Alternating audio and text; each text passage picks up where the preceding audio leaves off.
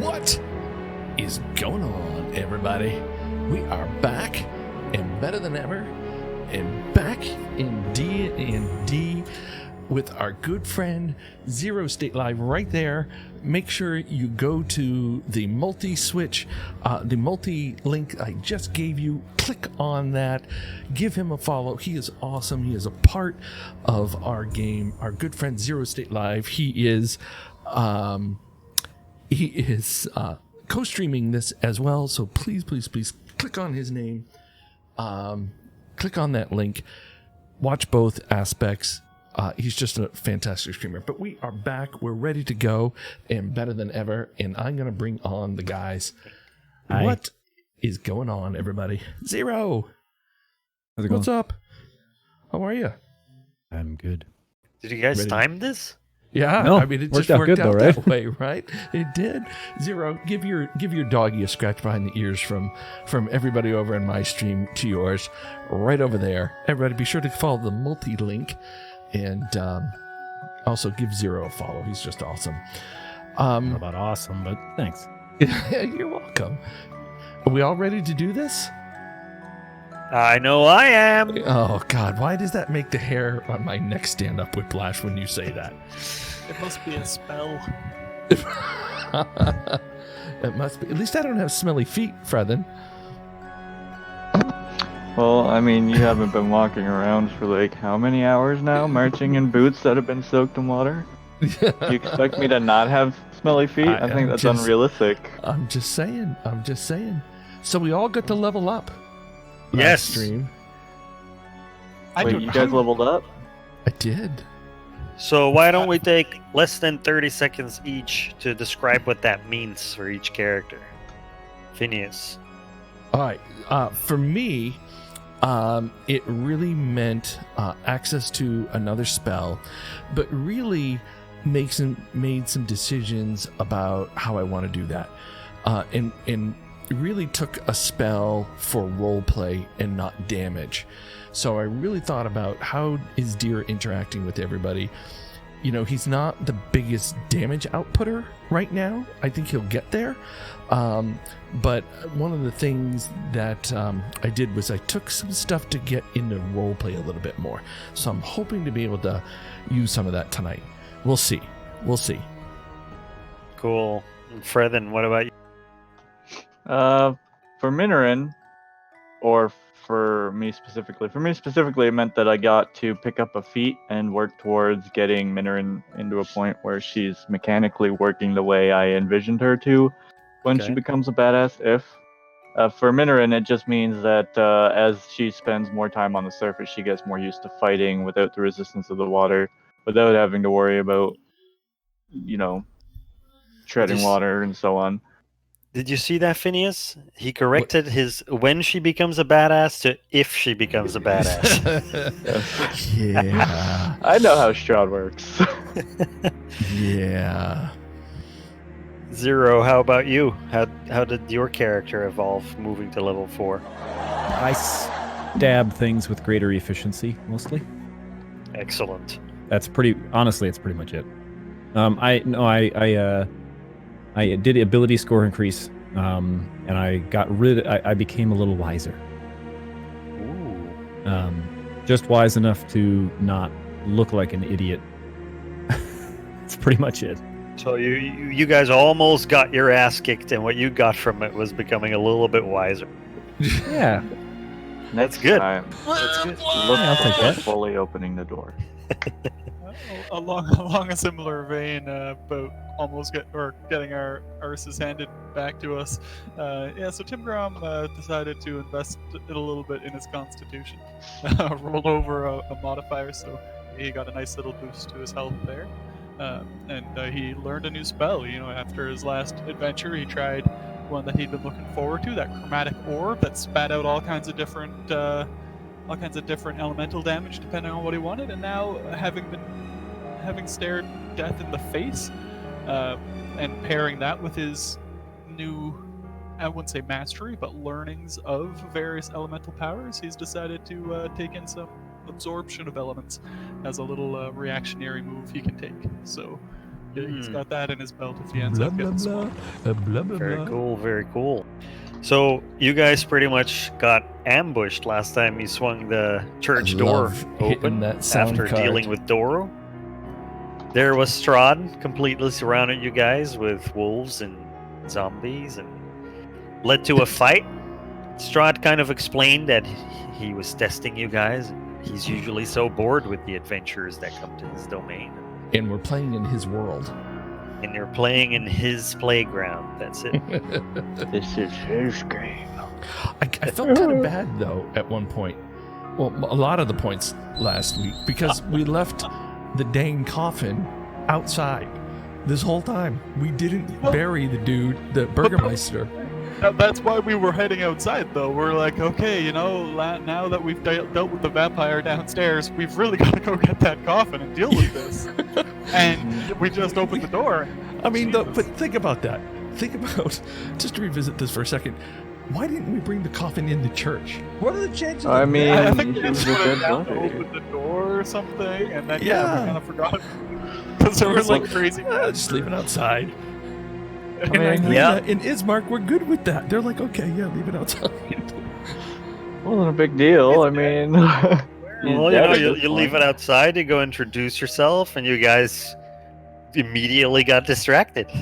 Yeah, Even we certainly even did. Irina did, right? I could have been like, guys, you got to bring that coffin in. My dad, he's outside. Jeez. Exactly. We did learn of another city though, in all of that happened last week. We learned of Kresk.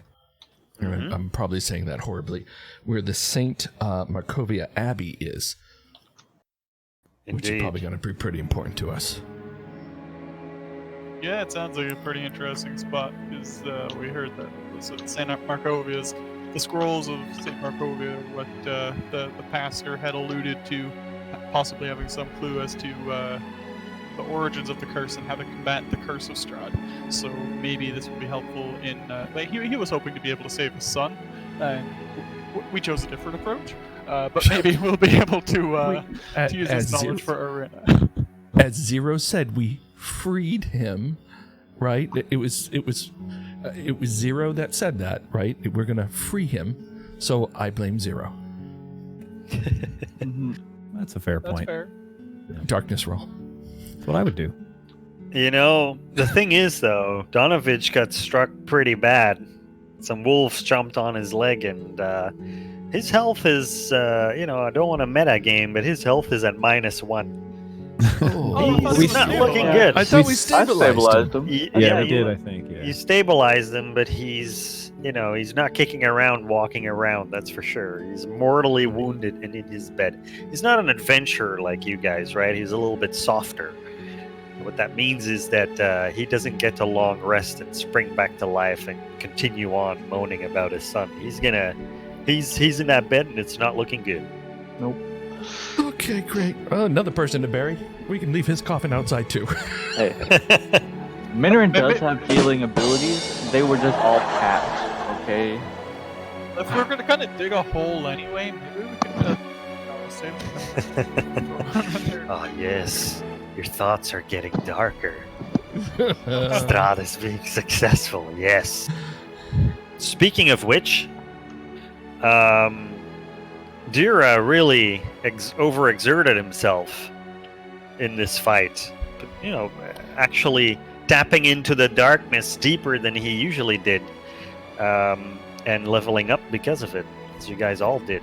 That leads me to the next point. I've had this idea of how to bridge Phineas's character in Shindira with the concept of being a warlock and a warlock drawing its power from somewhere. It's not because Phineas was born special that he's able to do this, right? Some kind of deal was struck, even if it was happening,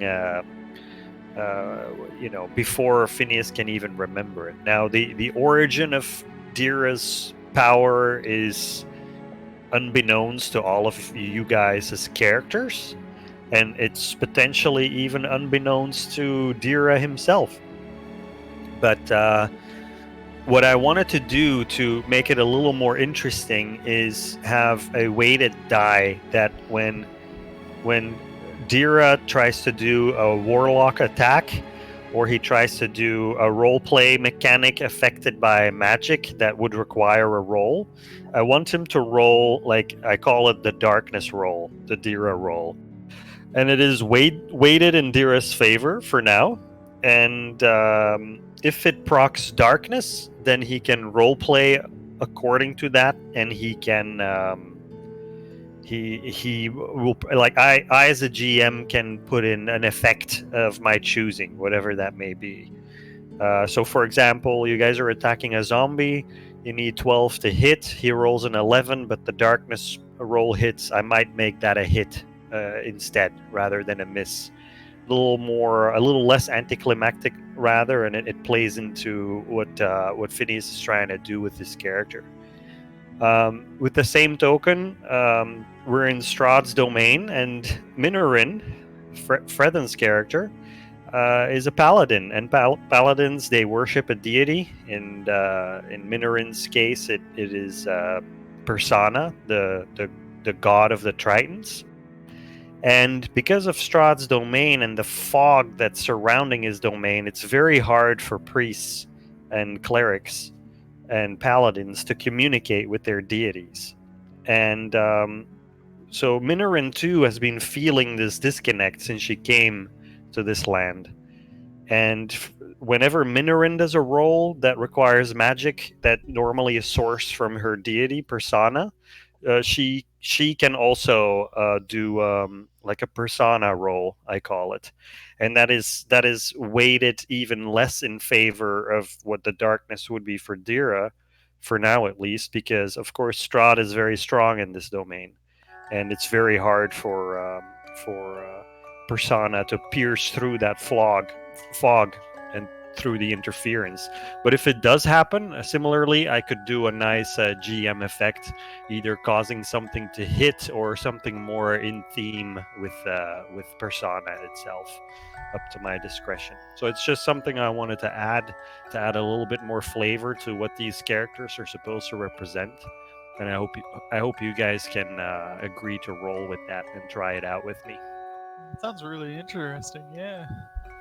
Yeah, I'm looking forward to it. I think one of the things that I'm going to like is it's really the random chance of the dice now that will impact how I roleplay, rather than making a decision on myself to say, oh, there's darkness, or nope, there's not. This time, I feel the darkness. Anticlimactic miss.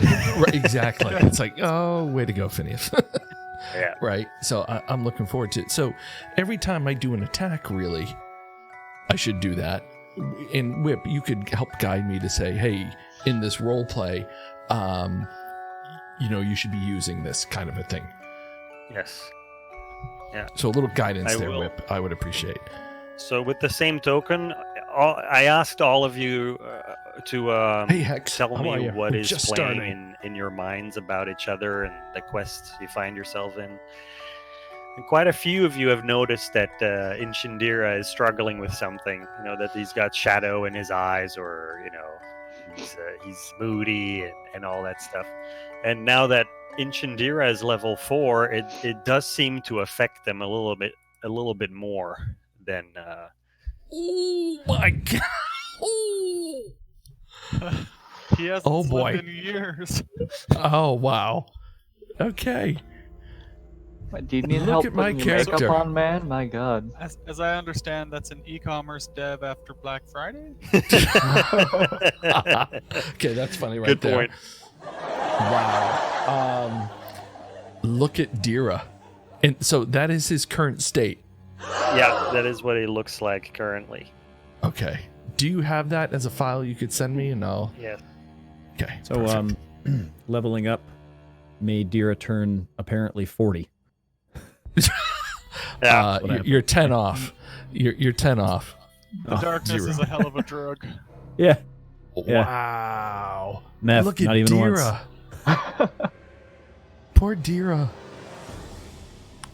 He was such a good-looking guy. Don't worry, man. A couple eye drops, that'll clear it up. Yeah. Hex, we're gonna get there on the explanation. We're just kind of working through that. Oh my. So the way I want to play this is you of course don't know what you look like, right? We need we need other characters to tell you that they see this change.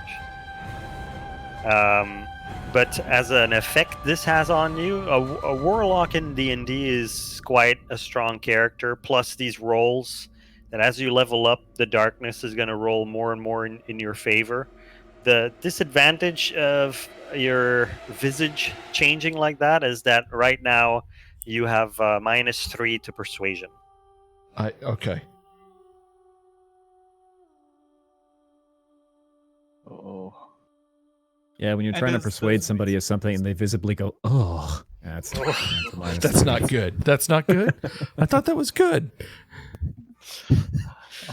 Couldn't you give us a better deal on this room? No. Get out of my house. No, I can't. Okay, where do I change? I'm sorry for asking. This has been a little bit.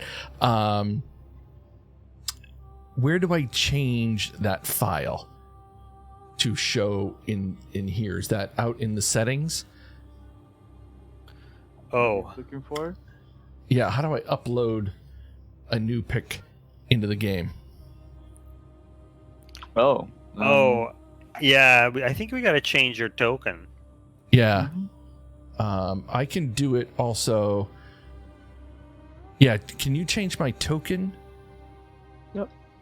Sure. And I'll Your update token my is account. I can work on that while we do this stuff. And then I'll just put it back in there. yeah, it's purple is his thing. Thank you. So, meanwhile, please continue to discuss. You guys basically just closed the door, dragged Donovich into his bed, where Ismark and Irina are right now, and you guys are just still panting, recovering from this whole. Yeah. Me and Karen are pooling our blood together. So, I have someone that just stopped by in my Twitch chat asking what happened last week. So just Ooh, that's a good question. right, we got so Hex and for everybody listening on both streams, we went into the church. Donovich, his son Doru, was affected. Right, he was a vampire spawn. We went down there to see if we could, quote unquote, help him. Ended up we helped free him by killing him. Came back upstairs to tell the father that this happened. Went outside to bury someone that we still needed to bury. Opened the door, and Strahd was there. And Strahd was there with about a zillion of his minions. And we got the stuffing kicked out of us. That is the Reader's Digest version. Am I missing anything there, everybody? I don't think I'm missing anything Pretty there. accurate. It's pretty accurate. We got the stuffing kicked out of us. Sounds about right. So that's kind of where we find ourselves this evening.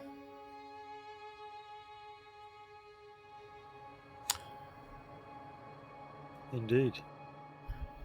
So I would propose as we begin that we need to do a long rest, because if the rest of the characters are like me right now, I need to replenish spell slots, etc. And then I figure we got to bury the dude, then maybe hit some shopping. Maybe I like that sequence. It is Black Right. Friday. So we're gonna stop by the graveyard. Then we're gonna stop by the mall.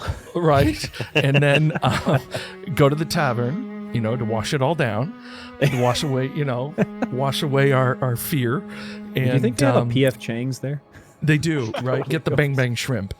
And then we need to travel either to Velati or Kresk, depending on what we want to do. Either drop off Irina at Velati, is that right? Or go to Kresk where the Abbey is. Valaki. Yeah, I gotta say, Ismark was looking to bring Irena to Valaki, but it sounds like the information they need is in Crest too, because she's clearly afflicted. So like maybe it's worthwhile to bring them there, because from Tim Grom's point of view, like yeah, he wants to save the What's people, up, Beef? but Welcome. he's also we heard a story about a mad wizard that launched an assault against Strahd, and he might be able to help us here. So he wants to get there, but he can't leave a wounded citizen here just waiting until she turns. We're He just wants to help starting, her, everybody. but he also wants to find allies in this in their battle against Strahd. He's kind of shaken up with his open wounds still bleeding heavily onto the floor.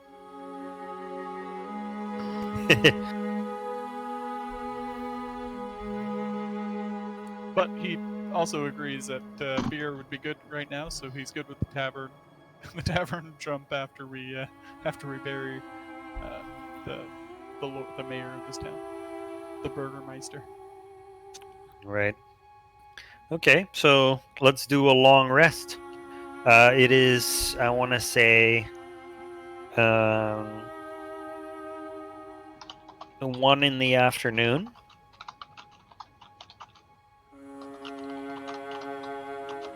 And the sun sets in Barovia around 5:30. Oh man. Question for you guys then: if we're looking at stopping by the tavern, do we want to take a long rest now, or do we maybe want to take like a little short rest, bury the dude, check out the tavern, maybe crash there overnight, and set out in the morning to the next step?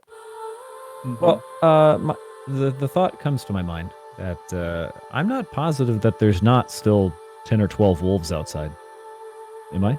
Yeah, I had that fear as well. Like, I don't know if there are like peeping holes we can look through to see.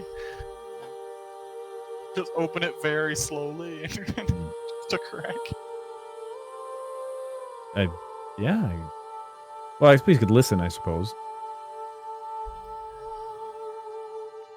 I could do perhaps an investigation check is what we would use to investigate the outdoors to see if we're about to get murdered again.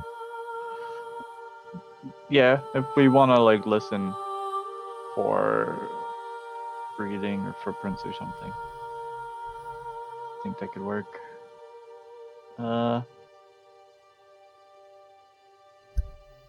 We could take a short rest here. Yeah, we definitely need a short rest anyway to recover a bit. Probably Karen is feeling the same. Okay, so a short rest is an hour, and you guys can roll as many of your hit die as you choose to replenish health. Okay. Go ahead and roll another hit dice. Oof. Cool. I go up to max. And we don't get spell slots back for a short rest, right? No, it's just long rests that you get. Okay. That's better. Mm-hmm. Might have been nice to get the 14 first, but Well, You're doing rolling 1d20 plus 1? yeah. Oh, whoops. yeah. I Yeah, have to that's start Huge over. hit die. I don't know why. I just did that. I just thought. In your character sheet, you can click the hit die button. Oh, The you hit dice, can. yeah. Yeah, I gotta keep. It's whatever dice it is that you use for your class to like determine your health. It's that plus your. Did I put the number constitution. 8 in here or the number 4? Like I have 4 hit dice. Yeah, you should have 4 hit dice total, right? Yeah, but okay. Yeah, see, that's even better. You can just. I mean, I definitely still recommend that we like take a long rest like this evening. I'm very hesitant about taking a long rest here, and then not being able to sleep overnight at the tavern and being like kind of awake at night in I Strahd's mean, domain. there's also Irene and Ismark's place. We don't necessarily need to end up at the tavern. Oh, that's true. That's true. Might save us some silver. Uh, since we're taking a short rest here, does that mean that we can just do some light stuff like preparing some steaks? I think you guys were preparing steaks last time. Yeah, right? you can do that. There's enough wooden scattering debris here to do that for sure. You can roll a 1d20, and let's see, how much would a wooden stake weigh? He's just holding. It depends, I guess, on the size. Stalio, what's good? Let's say you manage to make them uniform size, the size of a kitchen, a big kitchen. And this kind of wood, it's kind of cheaper wood. Barovia itself is not a wealthy city. So I want to say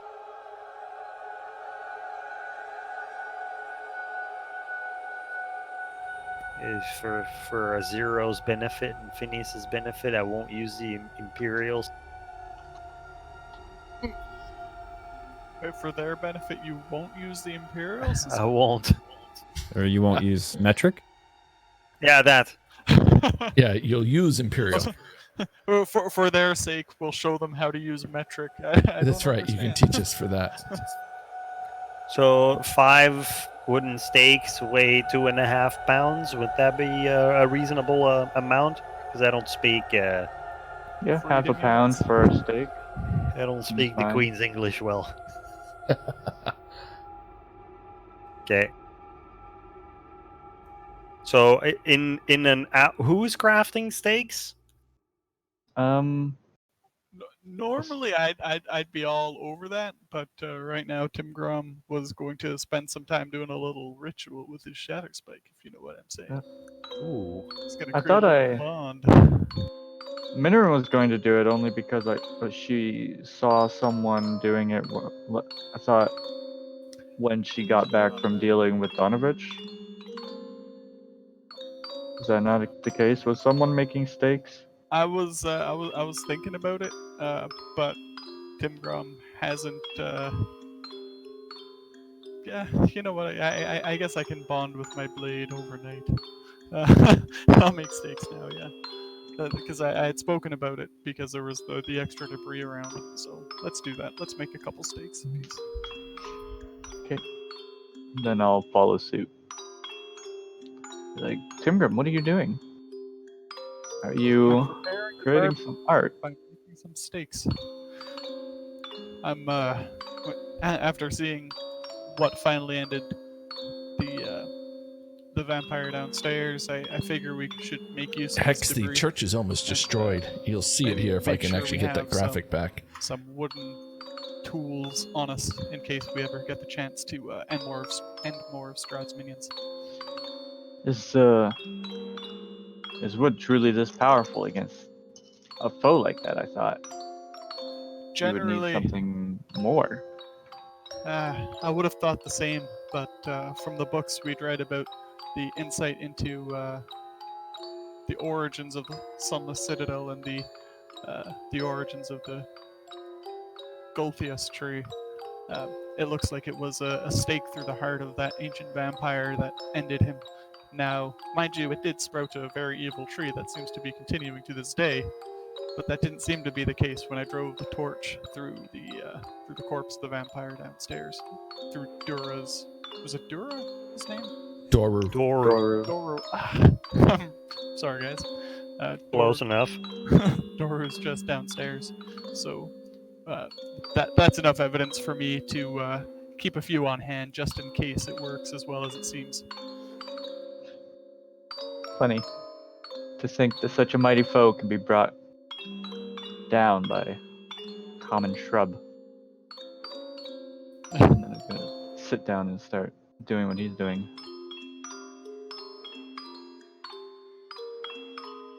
Okay, so the two of you, you can roll a 1d20 and yeah, you can both roll it rather. I have a question. Yes. What are blowgun needles made out of? I don't know. If they're made out of wood, and hear me out hypothetically here, I see where you're going. if I shot a blowgun needle in such a way Nice. that it pierced the heart of a vampire, would that count? Should. Mm. I mean, that's a Do you- little silly, so do you you could say think- no. Do you think a blowgun needle could have this, like, I don't know, Dragonborn's lungs, but would they have the capacity to, like, I vote I yes. guess I mean if in some way the heart were exposed in a way that it could make it there. So I yeah, think- probably not through somebody's sternum. Yeah, I- it would probably take some really pinpoint accuracy, maybe like a crit. Yeah. Well, let's say that mechanically speaking. one of the other people. Well, I could just because they're cheap, right? They're easy to make, they're easy to buy, and it's like we've got a vampire on the ground, and he's in a state where I could just walk up to him. I could just like slice open his chest and go. Oh yeah, I mean Kill him if it's that way. open like that, I think, because the idea isn't like, it's just the fact of the wood being in the heart. I think because these guys Yeah. are magical beyond it. It's Right. some sort of interruption of their magical existence. Well, then again, I don't even know what Causes them to blowgun die. needles are made out of. For all I know, blowgun needles could be made out of metal. So. I mean, they probably could be made out of wood. But yeah, like in the Yeah. case of Doru downstairs, I used a torch to do it because there was already a wound and he was already Right. kind of exposed there. Yeah. So if we yeah, like if you have an opportunity like that, then yeah, probably a blowgun needles made of wood. Yeah, hex. Yeah, you're my thought probably is we right. could do it as I could use it as like a coup de grace of sorts, right? So if we get a vampire in Yeah. a place where he's not fighting back, and I'm just like, I want to kill it, so I walk up to it and just like garrote his sternum open, and then and that would be kind of funny. Yeah. So, I would say that, let's say, even with a stake, Phineas, I gotta do it. I'll do it in a Okay. sec. All right, very good. Even with a stake, let's say, I just want to stake the guy while I'm fighting him. Like, I would increase the difficulty for a roll like that, because you're not just trying to hit the guy, you're actually trying to pierce his chest while he's alive, right? So someone would have to like hold him down, and then you could see if you could stake his heart, but like to walk up to him, slice his chest open, and then put a blow dart in there.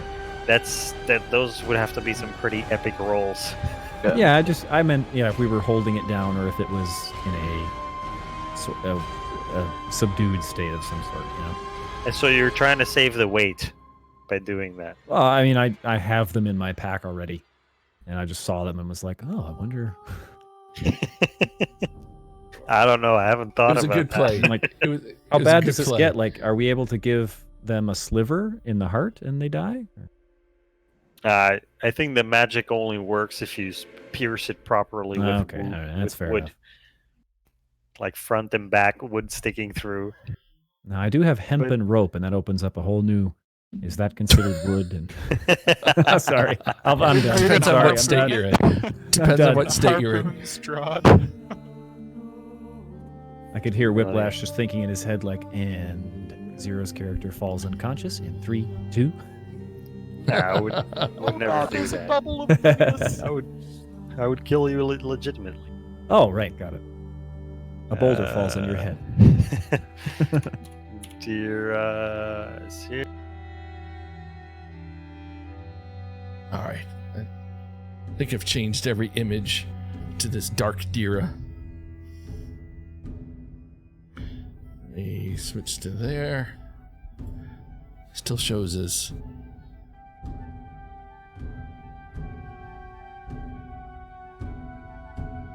Oh, yeah. You need to You change to have the speaking darkness. as, right? I did. It does. It is speaking as, and it still shows as the cube. Do you have your avatar and your actual character sheet changed to? Let me make sure. Whip, I do have one more question in the meantime. If you have a moment. Yeah, go ahead. So, somebody in my chat who is snarky asked, if you had a decanter of endless water and a priest, could you turn that into a righteous fire hose of the Lord against the undead?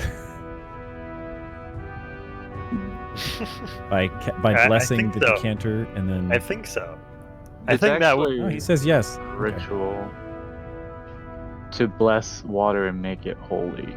It's a ritual of some sort. It's not Or if it is. necessarily. Or if it only containing blessed the water. water that was currently in the decanter, and as you poured it out, that blessed water was replaced by regular water, you'd have to re-bless. Exactly. Yeah, So that's you'd how have it to- works, Maybe that's- right? So you'd have to put like a blessing filter on the entry point. It's like so that a- every- Yeah. It's like a kosher conveyor belt. A kosher conveyor belt. That's a good way to put it. Wow. Okay, so I'm you gonna try guys are that. short rested. That was an hour. You rolled a 16 and 10, so you guys got that many steaks. Beautiful. I'll take my medium rare. A little salt and pepper. That's how That's it. Strahd will take you.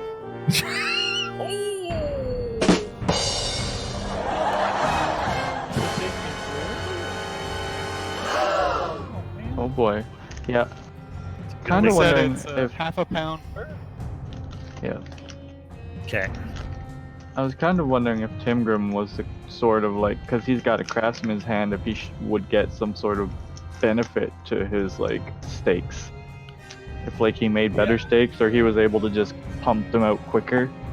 No, normally I might So- be able to, but probably when we sat down to start this. So as they're doing that, it's still everybody pretty- remember, it's still pretty limited. you can So I think it's participate alright in the for stream anyway, that I and don't actually think use your credits you've earned from watching wondering the if stream it's- to purchase +1s using your credits for either a player or the GM. So if you follow that link to the stream store, you'll see, or even in the expansion extension down below, you'll see orange +1 Okay, so +1s an for the hour player has or passed, GM. and in that You can do time, that. You guys be have afraid not to participate. heard anything suspicious from the outside. It's now 2 in the afternoon.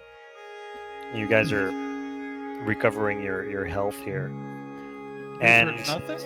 you've heard nothing from the outside, no. That's good. And I cast Mage Armor here. All right. This is when Ismark steps out of the room that Donovich was in and makes eye contact with you, Minorin. And he has a look that tells it all. He didn't make it. He nods no and looks to the floor.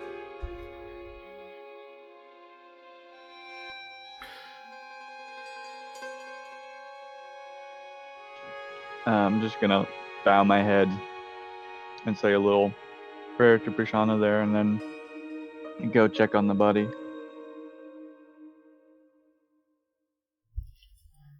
Go check on your buddy. On the body. On the body. Okay. So he steps aside, you get in there. Well, one thing's good. Irina's looking much better. As you walk in, she was taking the bandage off of her neck, and the way you cured it looks really nicely healed now. And you can tell by the color of her skin and everything that she she's recovering from a lack of blood that she must have had after Strahd drained her just a night ago, or took some of her blood, I guess. Okay. That's good.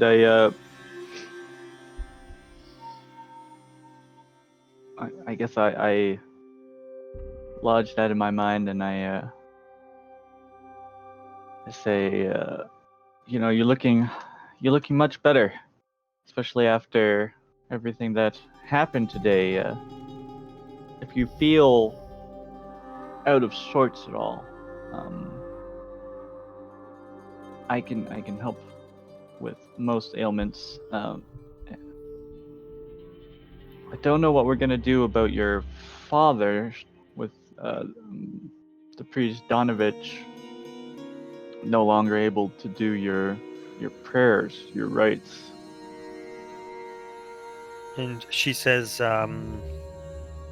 if I'm not mistaken, I've heard you call to a deity before.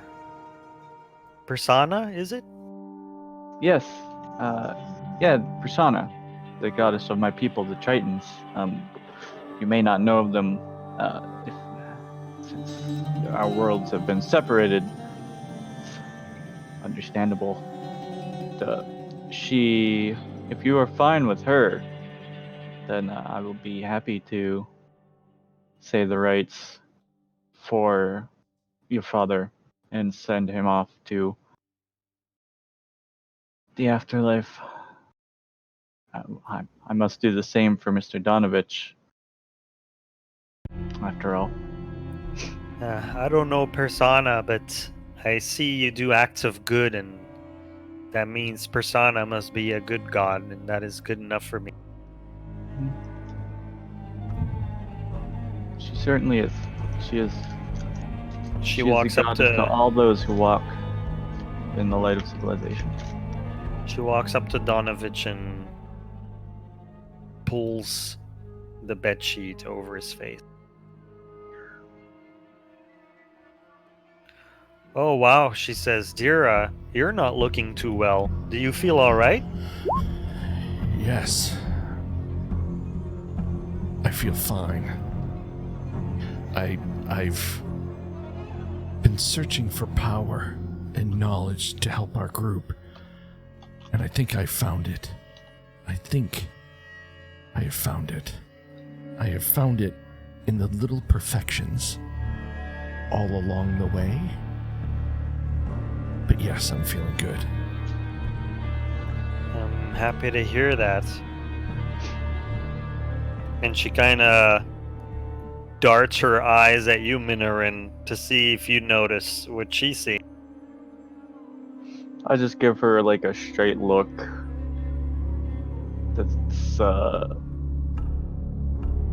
That's like a, we don't talk about this.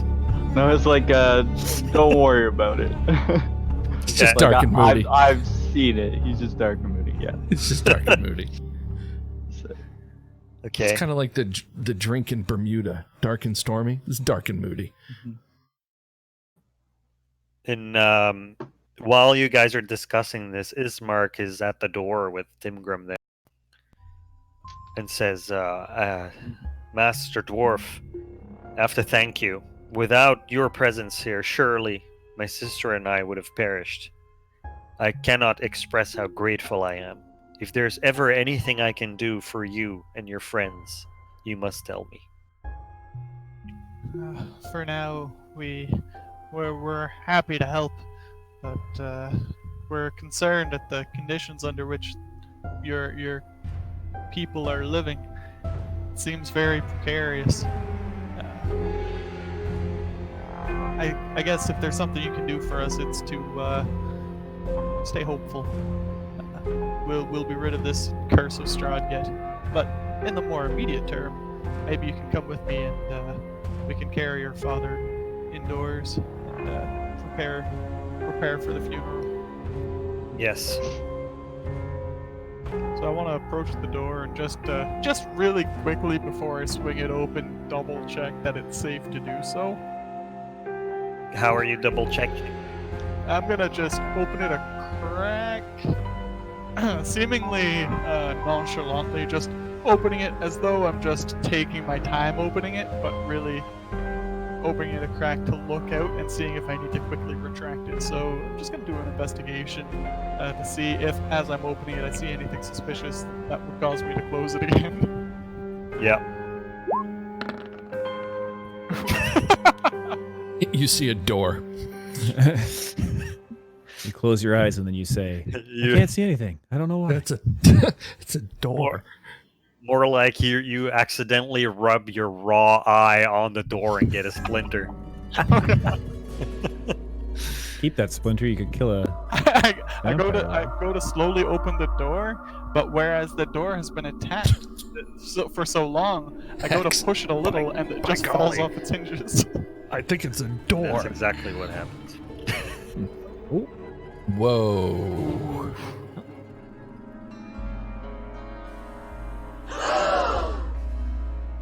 Are you guys seeing this? Oh no. I'm just Oh gonna. no. Honestly, I probably just step right through it because I'm a dragonborn and I have no idea what the symbol means. The symbol concerned me, but also concerning was the lack of a coffin that we had left near the steps. It's a very dark mark. It looks like We lost it's a ourselves a body. star with a circle around it. Irina walks out, says, "Where's my?" And Ismark holds his sister by the shoulder and said, "Strahd took him." Irina, pull yourself together.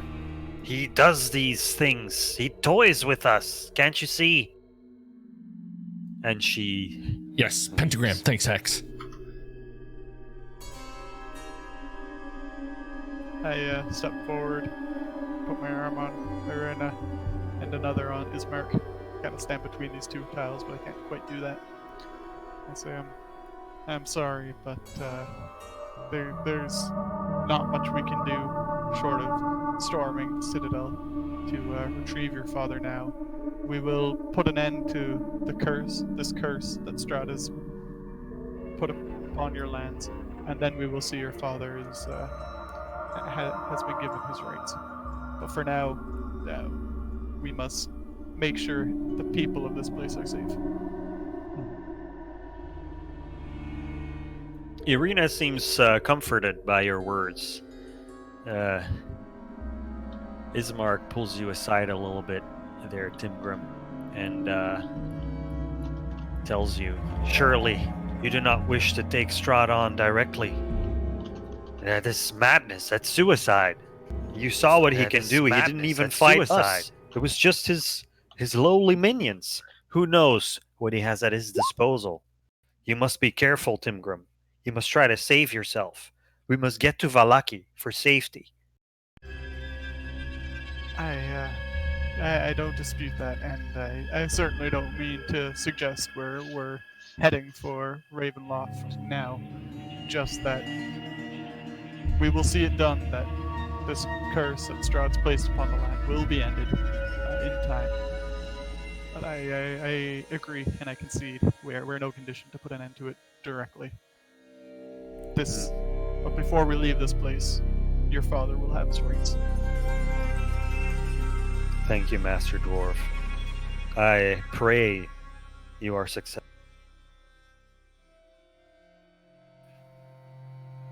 As do I.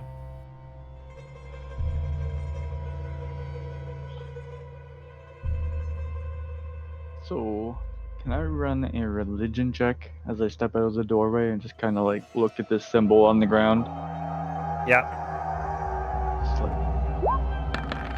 try to figure out what it is. You don't know what it is. Some strange surface symbol.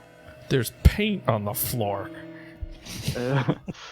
I mean, I guys, might there's notice paint. that it's not necessarily paint, but that like I don't understand the Yeah. symbology behind it. And I step out and I say to Irene, "You seem concerned about this symbol. I can't say that I understand why. Is this Strahd's mark? Is this something to do with him?" Okay. Let me give Irina a religion check. Okay. Is Dira, are you doing anything in particular right now? Just kind of Nope. standing there. Just standing, keeping watch. I think I might pull Dira aside and just kind of, I would say, kind of lean in and say, Mage, you seem like you're familiar with these kinds of things, and I kind of keep my voice down just to not panic anyone. Is there anything you know about any of this? Hex, thank you. I'll get to that in 1 second. Thanks for being awesome. So, yeah, I look at this and I may know what this is. If it's what I think it is, this could be really dark stuff. This could be super dark. I have dealt with some darkness myself. Our ancestors are dragons, after all. But nothing like this. Nothing of this kind of blood sport. Yeah. Dragons this- kill for wealth and greed, but yeah, the typical dragon doesn't kill for fun. What did you roll, Phineas? I rolled a 14. Okay.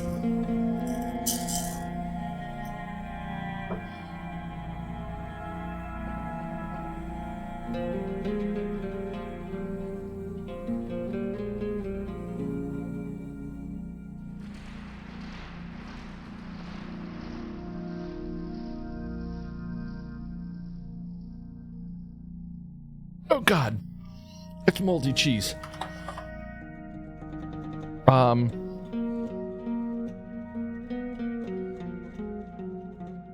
So if I think back on this, Karen, come over here. Let me show you what I think I know. Irina, Minoran, could you move off of that? Here's what this means. If I remember correctly, each point on this represents almost an element. Earth, water, wood, fire, and metal. And when I see that this is in blood, what it tells me is that nowhere is safe. We're not safe here anywhere. We're not safe at all. Hex, who do you want that for?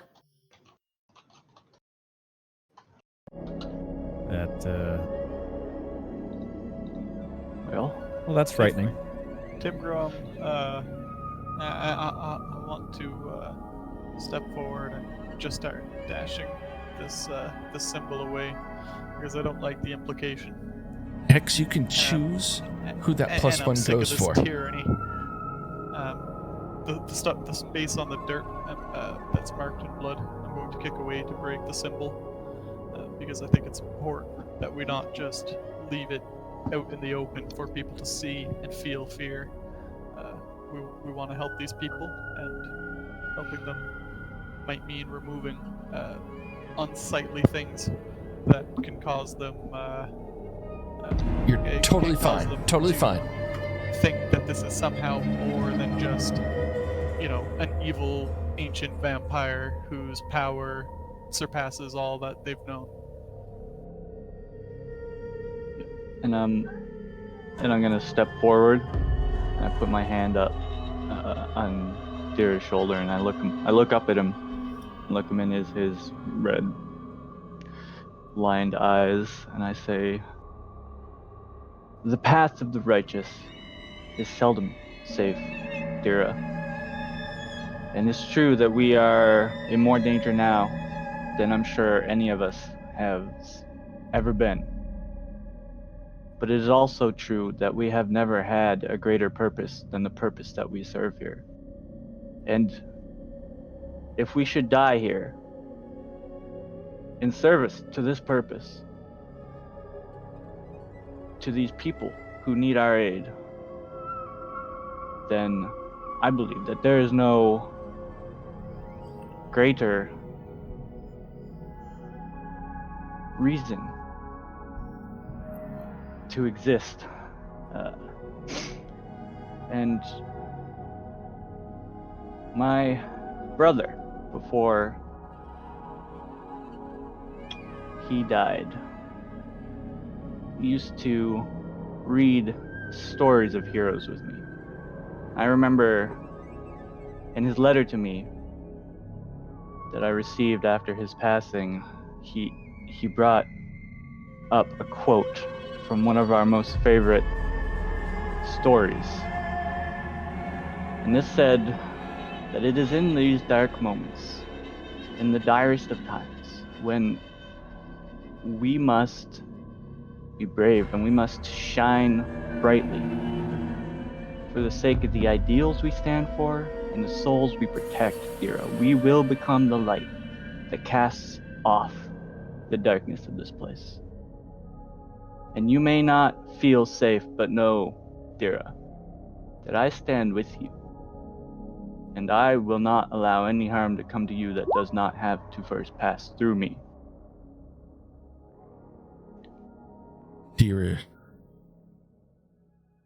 feels reassured and tells us to Minoram. Minoram, thank you. You're right. After that last battle, I'm feeling more power now. And with that power is going to come more and more perfection and getting closer to perfection. And we will use that to rid this land of Strahd. I stand with you, Minoram. Thank you. And I put my hand on Minoram's shoulder, and like she's done to me so many times, I just pat her on the shoulder and reassure her as well. Good. I just give a nod and a smile. That's it. Together, Nice. I'm sure nothing is unbeatable. Not even Strahd. Ismark says, "That's all fine and dandy. I'm really inspired. But let's get the hell out of here." Fortunately, Ismark, we can't quite do that yet. While your father is missing, there is still a body that needs to be interred.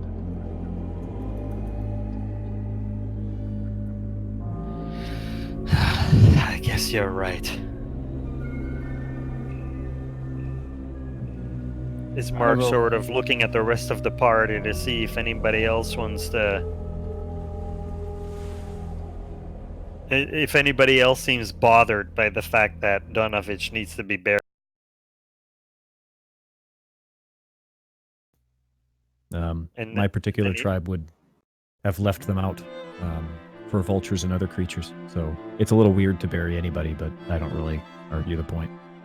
Dira understands burials, but wonders in this land if we shouldn't burn the dead. And actually mentions that now that it comes to my mind, to Minoram and to Irina and to Ismark, and say, should we just burn and cremate this body instead to protect its sanctity from Strahd, from using this as an undead? Shouldn't we do that? Irina says, "We've always buried our dead, but Ismark, isn't that what they do in Valaki?" "Yes, it is," says Ismark. "They do have different customs in Valaki. Perhaps we should burn old Donovan."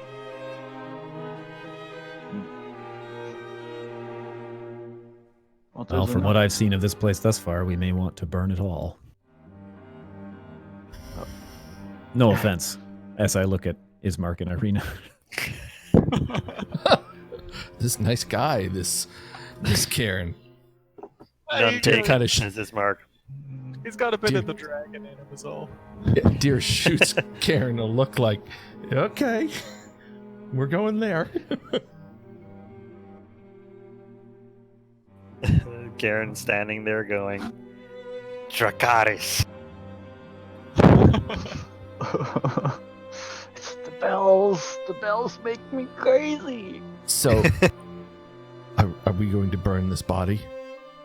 Yeah. Yeah. So, you guys, hang on. Deer let me, can help with this. Yeah. Maybe we can pull up the husk of his son from the basement as well, and give them a funeral at the same time. Bury them together as the Burn them together, yeah. burn them together. Sorry. Okay.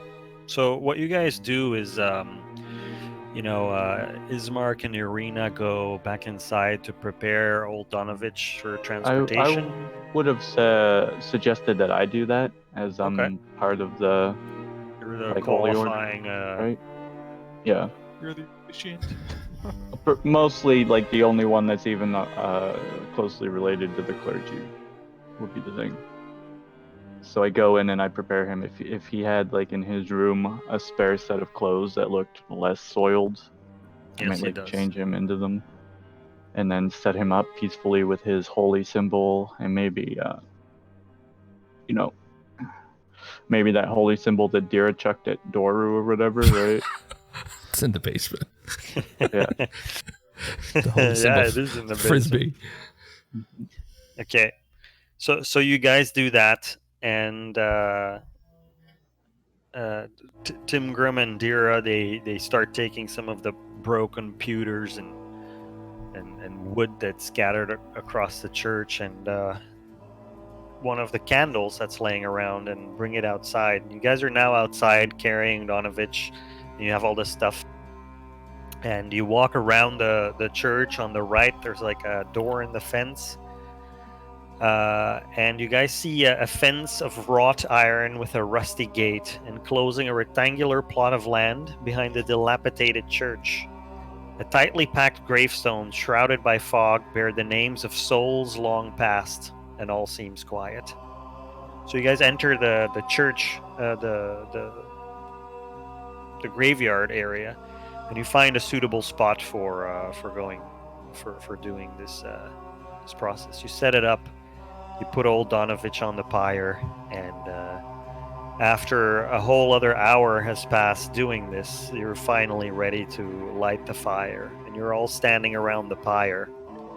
And Irina looks at you, Minorin, and says, "Maybe you can say a few nice words." I nod my head and I step forward and I say, "Is it the Doru and Donovich?" Yes. Okay. I say, "Father and son who have fallen victim to this cruel world. May you find peace now in death that you were not able to achieve in life. May Prasanna's will bring you home, and may the current be ever at your back."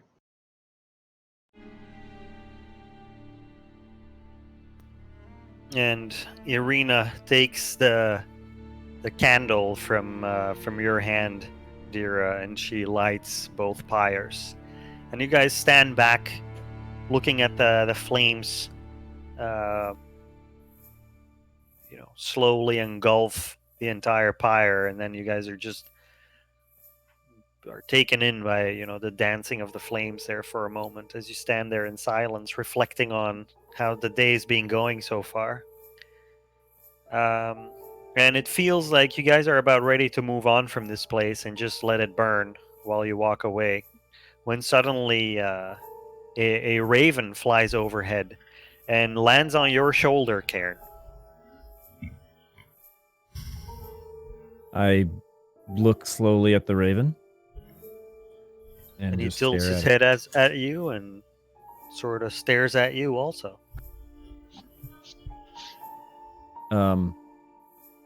There's a bird on me. Dira turns to him and says, "Does your kind usually attract birds like this? Is this a normal thing? I'm not sure."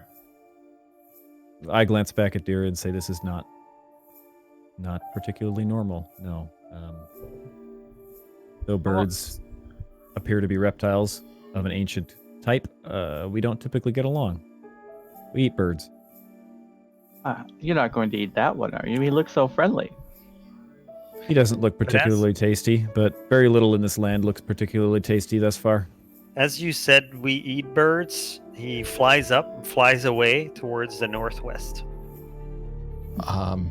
We need to remember that Madame Eva or Stadmir told us that these birds, the woodland creatures, are spies.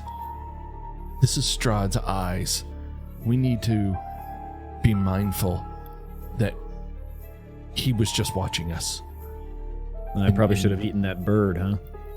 May have helped us.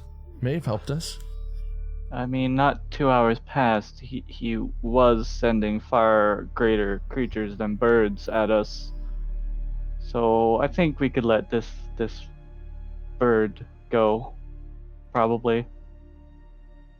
I think to the northwest is from where we came. It might also be the direction of the tower over the lake. So there's Tim Grom's not great with directions, and he's still trying to get his uh, head straight about the land of this place. But I think that might be towards a different castle than Castle Ravenloft. Deer is starting to get real twitchy again, just like his party mates saw him when we were at the image of Timgrim hanging, and Deer is getting real unsettled here. Just gonna put my hand on his forearm and be like, deep breaths, Dira. We're getting ready to go now, I think. Okay. But first, some food would be good. Should we Yeah, perhaps, and supplies. Perhaps we can search for supplies and some grub Yes. before heading off to the next town. We don't want to be caught on the roads at night. There's not many options, says Ismark, but there is bill drafts that would be appropriate for a quest such as ours.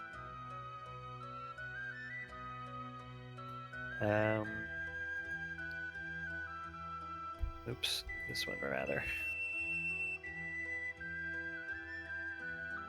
So you guys walk back. Clear so you guys can see the map? Yeah. Eh? Yep, we can see it.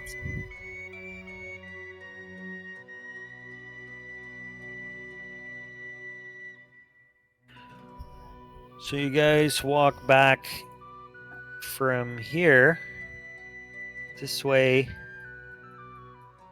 and you're in this place now. And as you walk up to it, you see sparse light from this building spilling out from behind drawn heavy curtains. A sign over the door, creaking on its hinges, reads, "Bill Drafts Mercantile." And before you guys walk in, Ismark says, "Prepare for the prices to be steeper than you're used to, I've heard." And you walk in, and you meet, you see a commoner, a human male, standing behind the counter. And as you take your fill from the inside, the interior, you see that who you assume to be is Bill Draft sells adventuring gear. So if you guys look up in the compendium adventuring gear, you'll find a list of that. And I'll show players that. And as you sort of look at stuff and you ask him, how much is this? And you pick up something else. You pick up some caltrops, Karen. You go, how much is this? You kind of get a sense that he's charging you guys at a heavily inflated price, What with 10 all times the normal price. What with all the death around?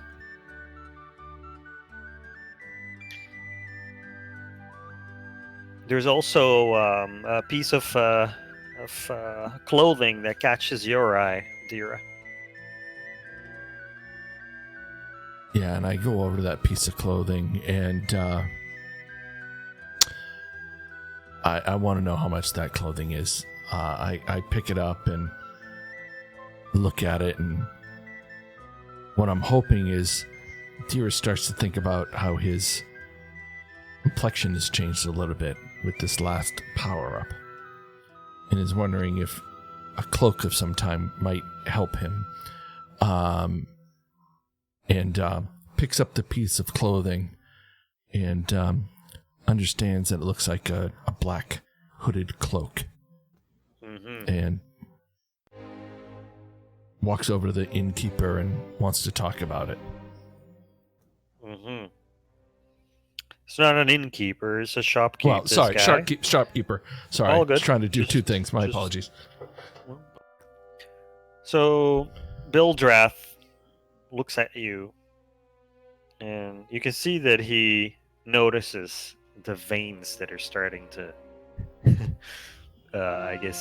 show on your face. And he says, I can see that you need this, eh? Trying to hide from somebody? I just need it more than you know.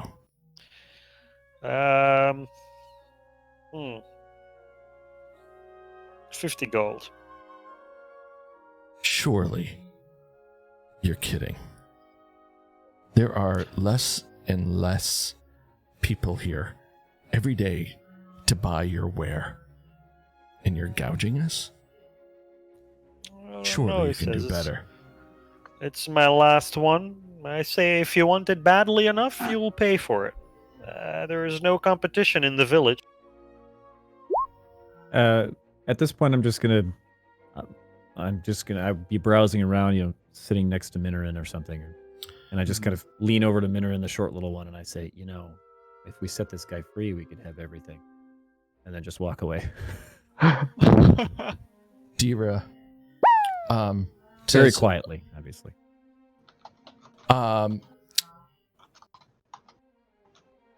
Dira says, well, fine. I'm not sure I'm going to take it, and walks over to where it was and quietly casts minor illusion and creates another one and walks back to the storekeeper and goes, what do you mean it's your last one? There's one right there. Surely 50 gold pieces is too much for this. You crafty bugger. You create a sound or an image of an object within range that lasts for the duration. The duration being 1 minute. Talk quickly. I'm giving it a try. Let me. I know I have a -3 here, but let me. Come on, big score, and not so good. Fat three. So you rolled a 2 and it says +4. Is that after or before the -3? So it's a 6. So I rolled a 2. I add in my charisma of 4. Now I have to manually subtract 3, so it's a 3. Yeah. If you want to have it always be subtracting 3 from now on for persuasion, what you can do is in your character sheet, where it says core, bio, and spells. Yes. To the right of that, there's also a gear symbol. Yep. Click on that, and then you scroll down, and in the middle, you see where it lists everything: acrobatics, intimidation, all that. Yes. Look Plus, at persuasion, -3. and then yes, you do plus, -3. So I can just. Do I change the plus or just say -3 No, you in the just box? -3 in the box. You can't change the plus. Got it. So and then whenever in- you roll persuasion, it's going to give you a -3 modifier. Okay, -3. Got it. Thank you. Okay. So the persuasion is to what? To see if I don't see that it's a spell? I wanted to persuade him to give me, since there was another one there, that it's not his last one. I wanted to persuade him to give me a lower price because it's not his last one. Okay. He Clearly. says, oh, I'm mistaken. Well, I never bargain. And Ismark says it's true. He never does. Fine. I'll take it. 50 gold. You put it on the wooden slab in front of him. He puts his hand on it, and drags it, puts it in a little coffer. A little what? A little coffer behind the counter. Got it. It's a key.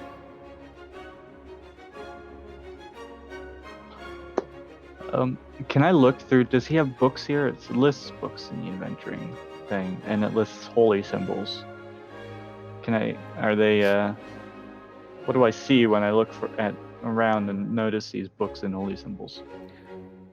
So he only sells items that are from the adventuring gear table that have a price lower than 25 gold pieces by default. It's just he sells them for 10 times the price. Let's see what a book's normal price. Of course, the value changes depending on the book, but I do have some books that I could sell you. Let me find. 225 GP is the regular book price, and then holy Oh, yeah? symbols are 5 GP apiece. Okay. Amulet, emblem, reliquary. So yeah, the book is within the cut. You see 3 different books on a shelf. The first book is called Barovia: A History, and the second book is called let me do some rolls.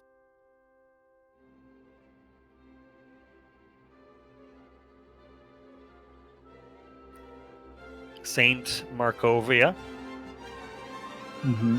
and the third book is called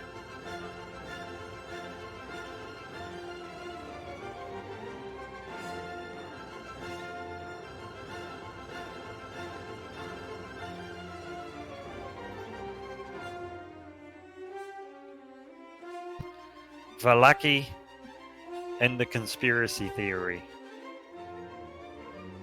Okay. So I think the one that catches my eye is Saint Markovia. Minoran, she just kind of looks at these books and she sees the history of Barovia and she's like, dry. She just puts it to the side and forgets about it. And then she sees Valaki, Conspiracy Theory, and the things that are running through her head is like, what's the Valaki? Why do I care about a conspiracy theory? And then she sees Saint Markovia and she's like, all right, clergy, paladins, I can dig this. And she picks it up, and she's gonna pick up, I guess, like one of the holy symbols as well. I'm assuming, do they? Yeah, it's like the kind of stuff that you saw in the church. Mm-hmm.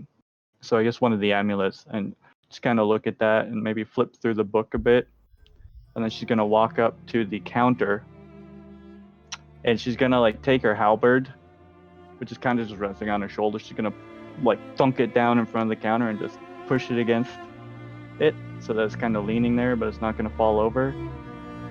Maybe bounce it against her thigh or something, so it's not gonna like tilt and hurt anyone. But then she's gonna slap the book with the holy symbol on top on the counter and look him in the eye and say, "How much for these? And do you need freedom?"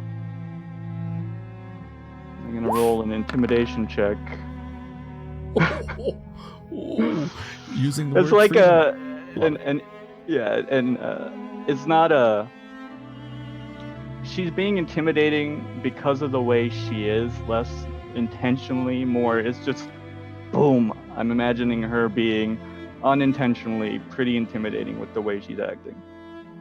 If that's, and like she's Not using meaning to the put the Karen. pressure on. Yeah, Karen was talking about freedom, and it's spinning in her head like, is this guy not free? Like, boom. Do you want freedom? Do you want to be free? And the halberd is just glinting menacingly there, right in front of his face.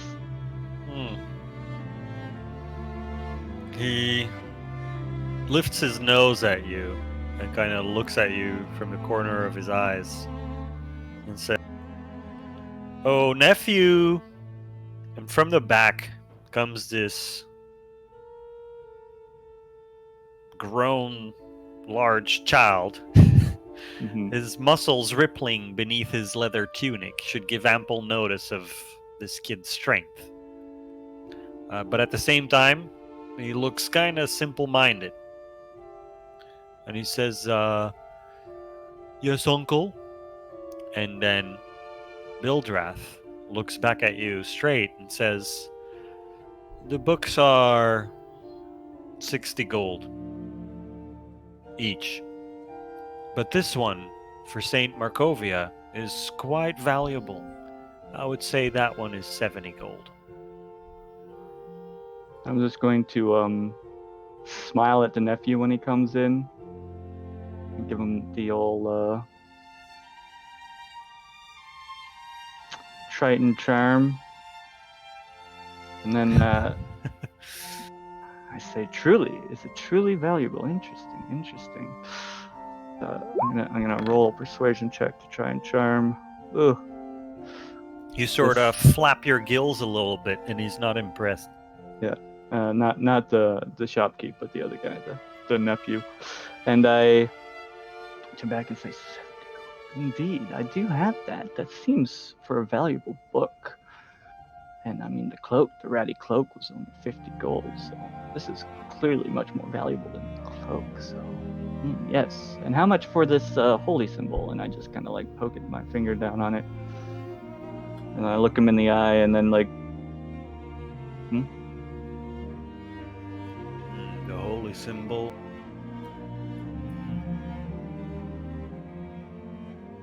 The holy symbol I will give you for 30. 30.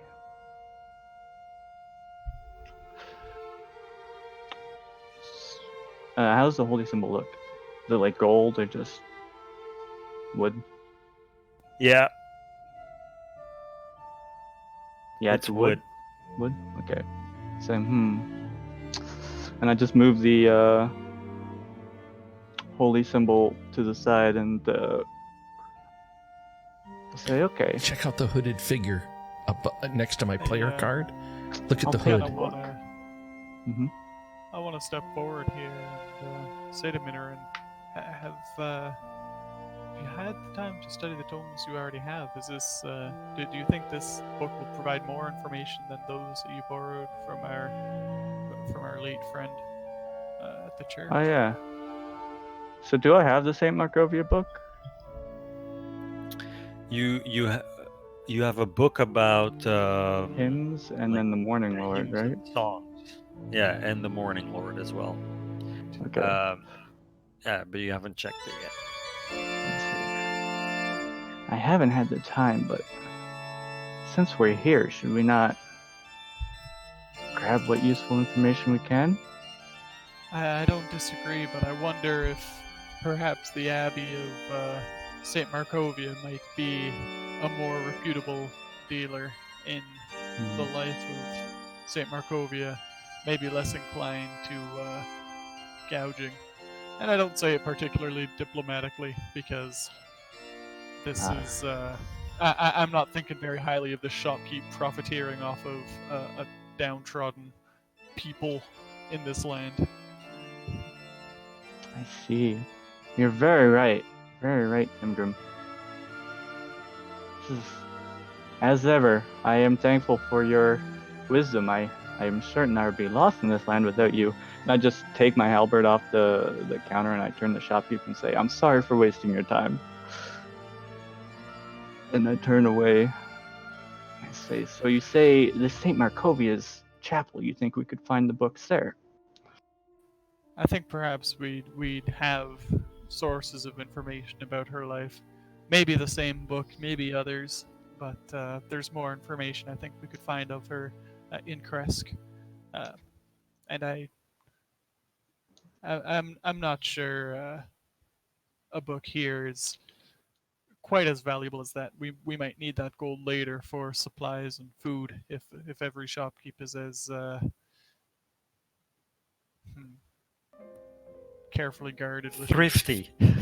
thrifty. Yeah. Yeah. And I kind of tilt my head at the shopkeep's direction, and then I turn to step outside as Yeah. Tim Grom's a little bit disturbed by this and doesn't want to get too worked up, but he just needs to go and step outside. He's not interested in buying anything from here. After Timgrim, hearing run me about an insight check.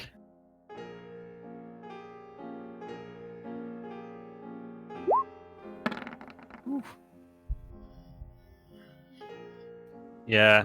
So you see the kind of wares here also that have may have come with Vistani traders.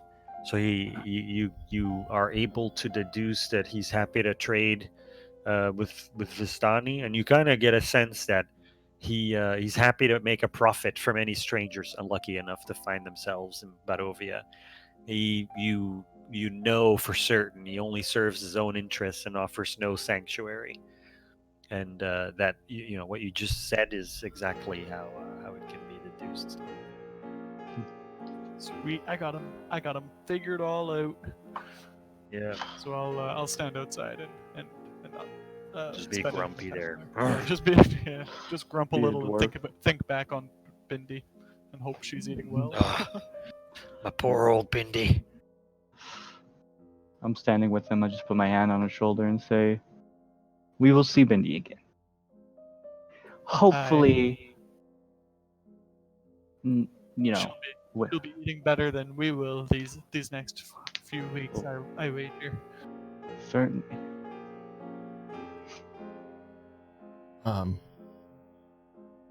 So I'm going to use telepathy here, just for a moment.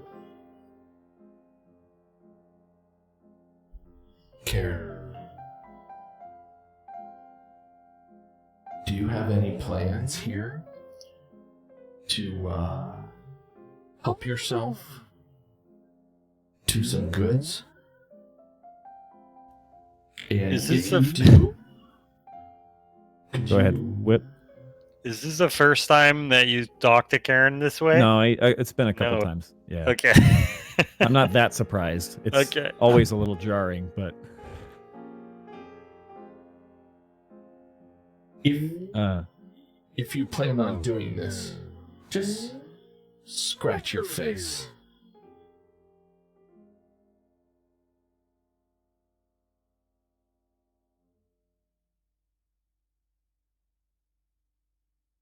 I scratch my face just ever so slightly. If you need a distraction, I'll help you. Scratch your face again if you need a distraction.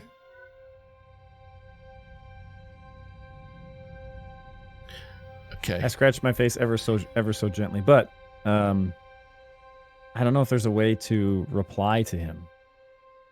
But I need a minute. There's no way. Maybe you could just do it just put up your hand in a one symbol. I'll just say as though this. you're I'll just thinking, kind of and then scratch your nose. I'll just kind of like look around the room and kind of catch Dira's eye, pretending like he wasn't just talking to my brain, and I'll just say, "Hey, before you guys go, give me a few minutes, yeah?" Dira understands Uh, and just kind is of anybody lays else low. speaking to the shopkeep at the moment? I think me and Minoran stepped outside. Okay. So, I guess what I'd like to do is ask the shopkeep. I kind of pull out from my pack this kind of smallish, deep, kind of a blood red stone, and I just kind of show it to him in my hand, and I just say, a while ago I found this, and I haven't had an opportunity to actually have someone look at it to tell me anything about it. Is there anything you know about this? Describe it for me. It's small, very multifaceted, but wasn't cut by. It doesn't appear to have been cut by a hand. It's asymmetrical, kind of an oval-ish shape, and it's very, very clear, but it's a very deep blood red.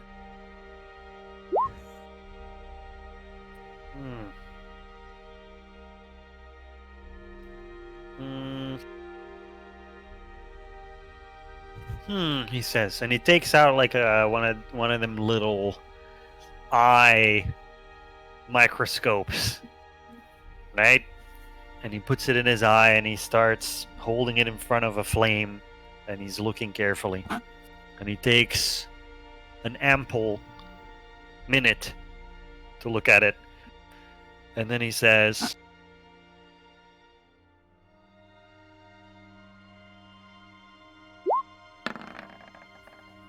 Ah, it's a fake, but a very beautiful one. I'll give you 3 gold pieces for it.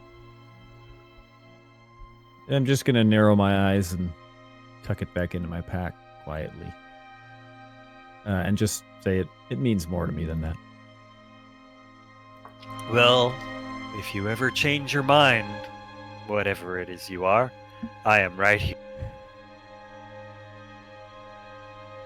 Thanks. At that point, I'll just kind of move away, and as I move away and kind of go off to look at some shelf somewhere, I just kind of give a wink to Dira.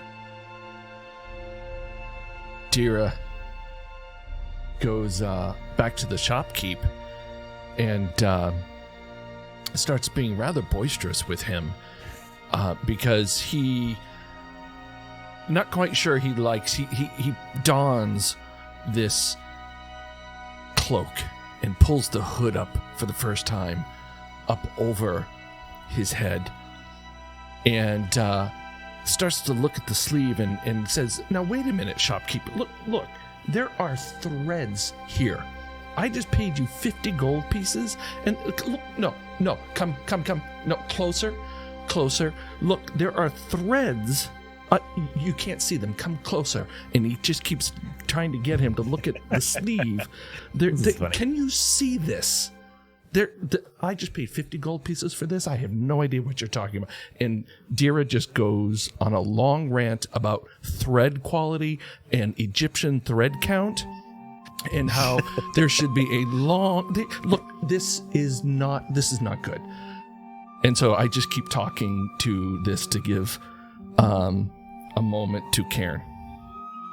Okay. So, What kind of role would this be, Phineas? I'm not sure. I mean, is there a words per minute roll? Deception, I think. Deception. It's either Okay, deception so- or performance, right?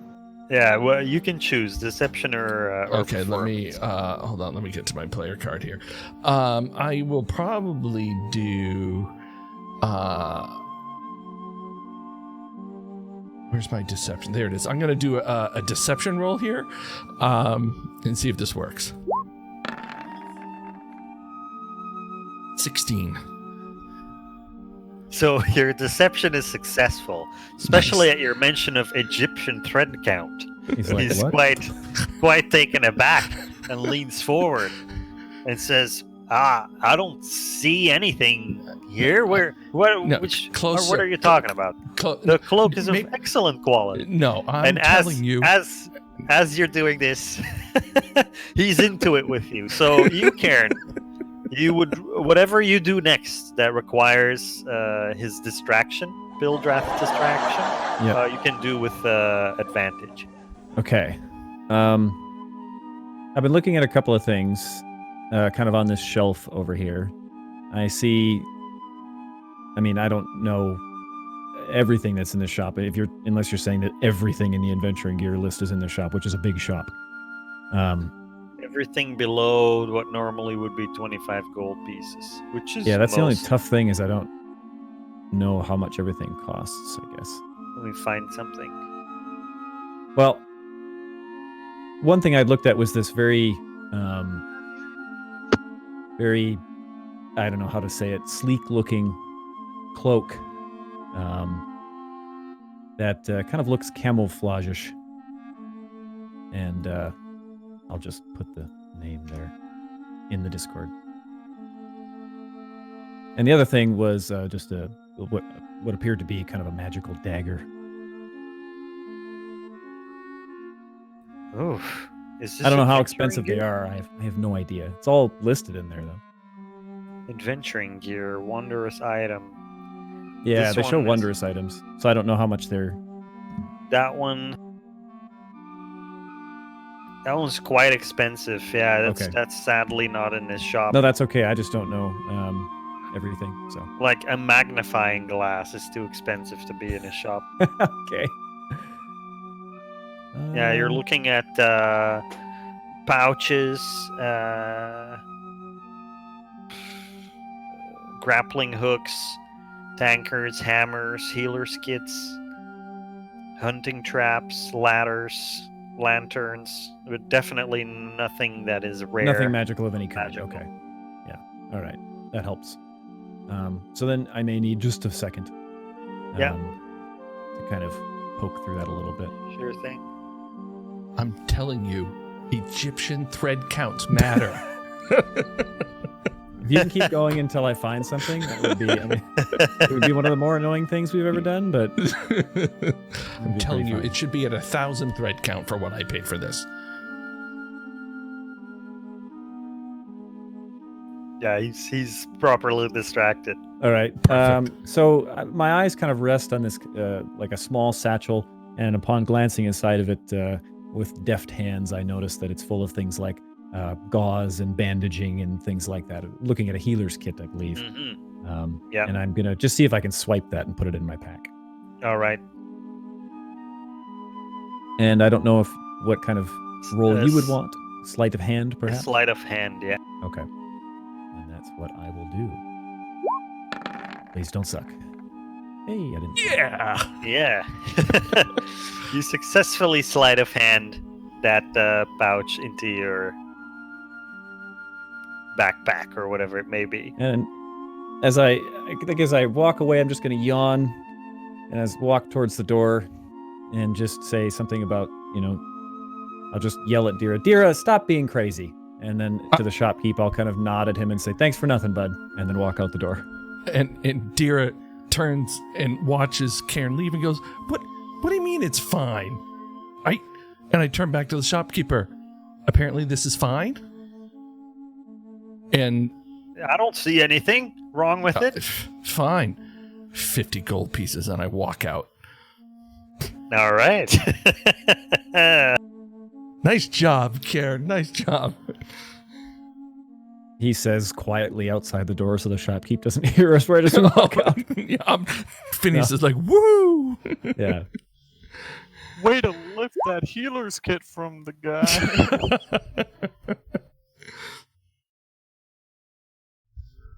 Well done. I feel like outside you guys walk out and I'm just saying like, but if you just Oh, let me boy. try, I'm sure I could put it into a nice, maybe a double braid or like a triple braid.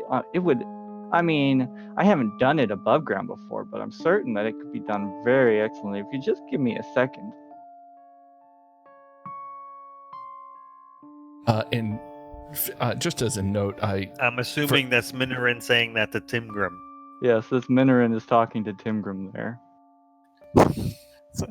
Sorry, Tim Grom got caught up making a bad joke. Okay. So I was just talking to Timgrim as if I was trying to convince him to let me braid his beard. Like maybe he has braids in it, but it's like let me have a try. I want to do it too. And I'll say, I'm not. Yeah, I'm a pretty social dude, but I want to make sure my braids are nice. So I say like, all right, you can give it a try, but let me show you how it's done. And so I'll undo one of my little silver clasps and show how I like kind of straighten it out there. I recognize I appreciate that Minorin is just kind of fascinated by the overworld here. So I'll indulge her this curiosity. It amuses Timber. So you show me, and then Yeah, you can braid some of my beard. Sure. So I do. Like, Tritons have hair, so I just grab it and I try and like braid it like Tritons with their hair, but like try and mimic what I'm seeing on his other beard. And kind of roll would that be? Some kind of Dexterity, maybe. Yeah, performance. Okay, I'm okay with that. That's right, you're the best mod Performance out there, check. Circa. 16. Deft hands. Yeah, like, in battle, I'm not like super agile or anything, but I've got a practiced. I have way to say, of though, moving. Doesn't my hooded Everything's character look calculated, and so I just badass? look at his Excuse my other language. beard, and I lay Doesn't it? the threads out. I and mean, have the clasp and say, that just looks and all so- you people have. Yes. Impressive. It's like dark Jedi stuff. How well did I do? Yeah, you did pretty well. Maybe you'll let me do them from now on. Tim Grom. All right. So, I'm just gonna let a little like nervous giggle there. Irina says, "Not bad, Minorin. You look great, Master Dwarf."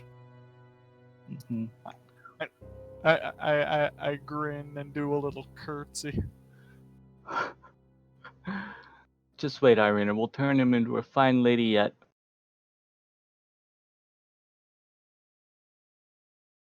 Did you buy anything, says Ismark to Dira? Nice looking cloak. Yeah. I bought this cloak. Makes me feel perfect. Not much. We don't know much about it. Really, all we know is that it's. Sorry, I clicked the wrong button. Oh, good. Yeah. Ismark, it makes me feel perfect. Well, good. Just gonna. Minorin kind Doesn't of seem looks to at. be the most for the people type. Does he? Ismark or Dira? I'm saying that to Ismark about the shopkeep. Okay. No. He only thinks of himself, that one. Well, I'm pretty hungry, so I'm hoping the tavern keep here is not of a similar mind, at least. No. The tavern keep is quite a simple. Doesn't say much. Speaking of which, allow me to buy you guys a drink. Mhm. It's not Perfect. necessary, but greatly appreciated. Thank you, Ismark. Mm. So he holds out his hand and points basically down the square at another building that's there. When you look at the square, Timgrim, you see a single shaft of light thrusting illumination into the main square. Its brightness looking like a solid pillar in the heavy fog.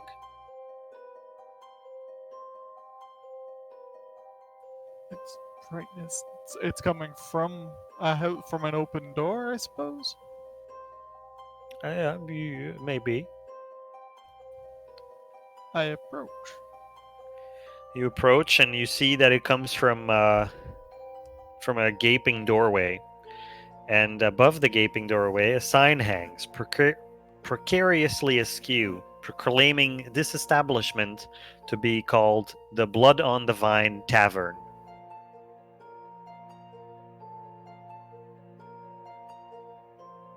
Let's hope the patrons aren't too prickly.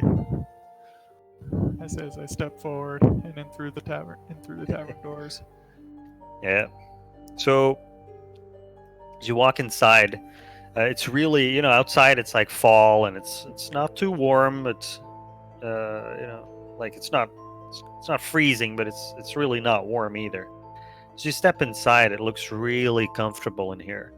There's like a couple of round tables, and behind the bar is a pudgy looking little man, a male human, commoner looking guy.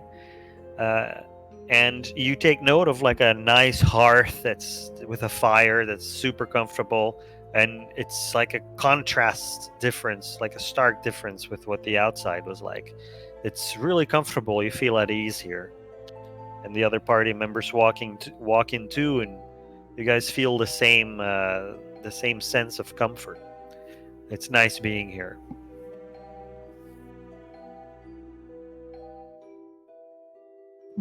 I want to approach the barkeep and ask, what fare do you have? Good afternoon, sir. What type of fare do you have in this place? Afternoon, he says. Wine.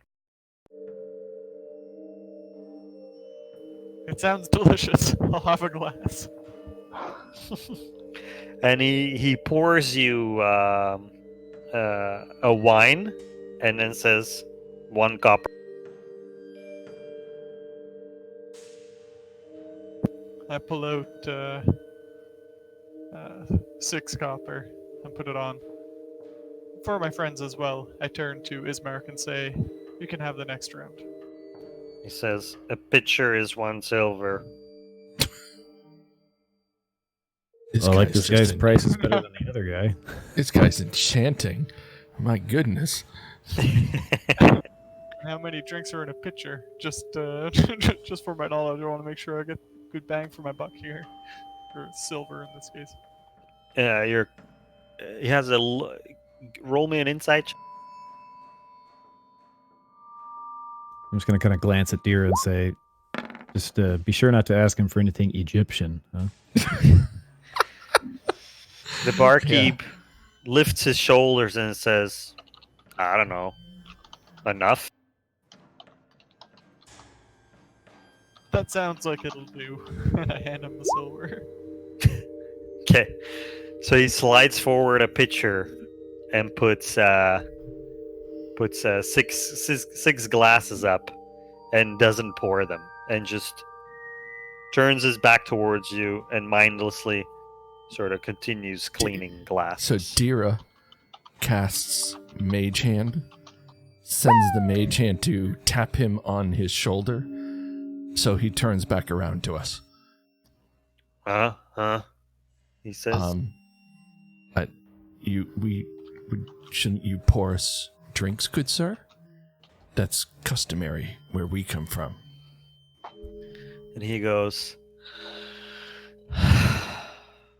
and he pours them. Nice. Is that customary up here? Below the surface, we always had our manservant pour them. I don't know. Do you?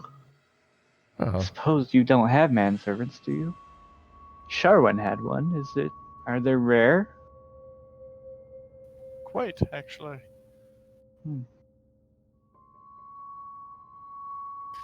So Ismark sits down at one of the round tables, which has 6 seats, and continues to explain his gratitude, of course, for the wine, and then continues to explain that Eric the barkeep is one of these people. And before I continue, Phineas, what is it you want to ask? my chat used their credits to purchase Zero a +1 token.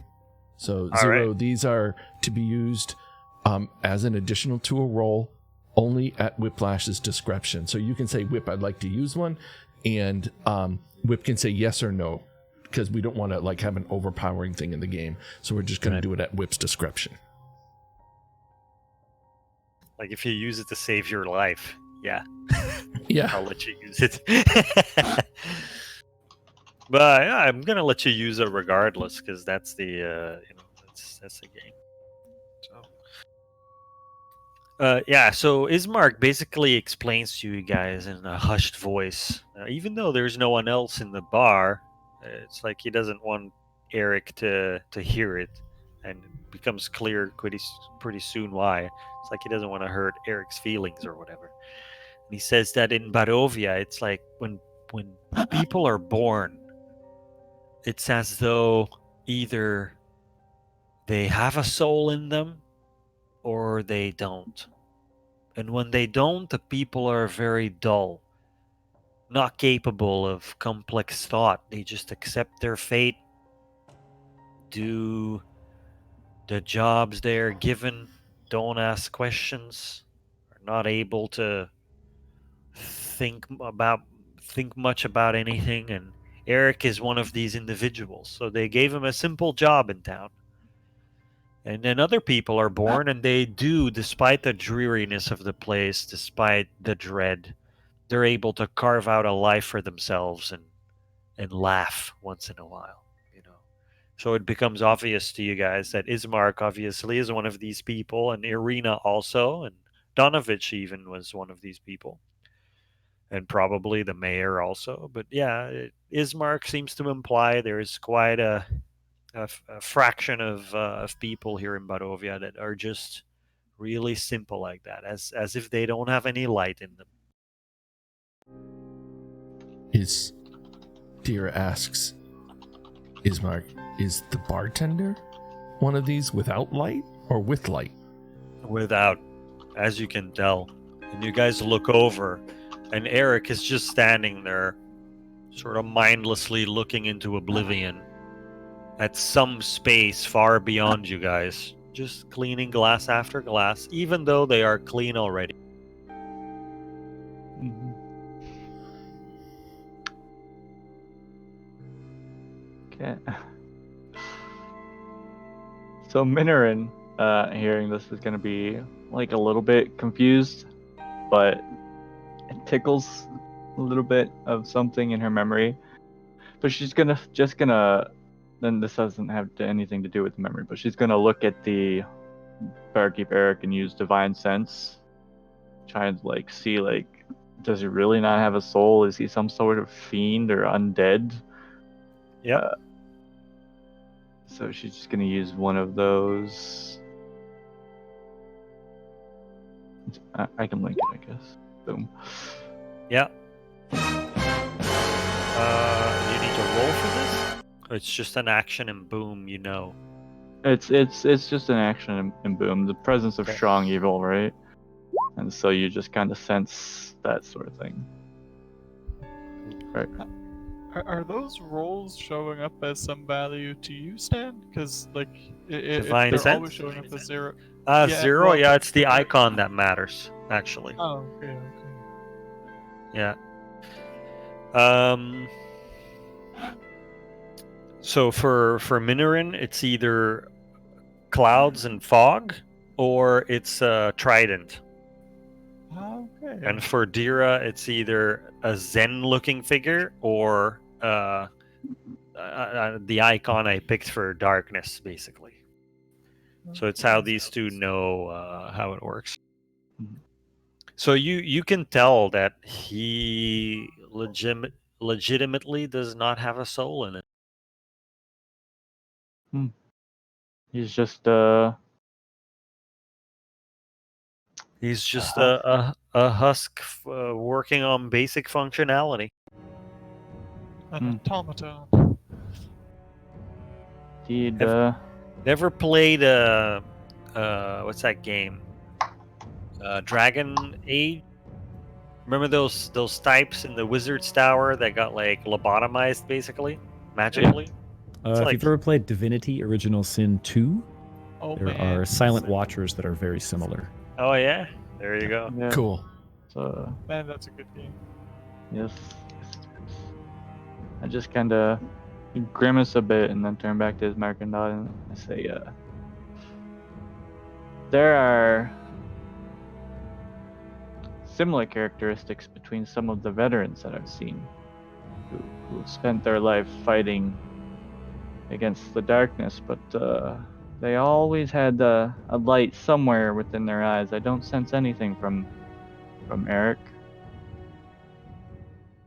It's unfortunate. I wonder if perhaps there's a soul out there that is trying to connect, but simply can't reach through the fog.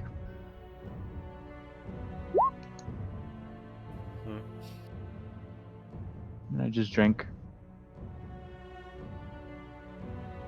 At this moment too, Minoran, you feel more so than ever before in your life, awfully disconnected from Persona. And so you sit there for a moment reflecting on that. Makes you a little bit sad. I think like I for like a second, just kind of let the like my face drop a bit, but then I just like do the forced smile thing where it's like, yep, and I drink my my wine and I like try to make my eyes sparkle, just to maintain the. Mm-hmm. I don't know if there's a role for that. Maybe performance. Oof. So Ismark sort of catches on that something's going on with you there and says, Minorin, do you enjoy wine?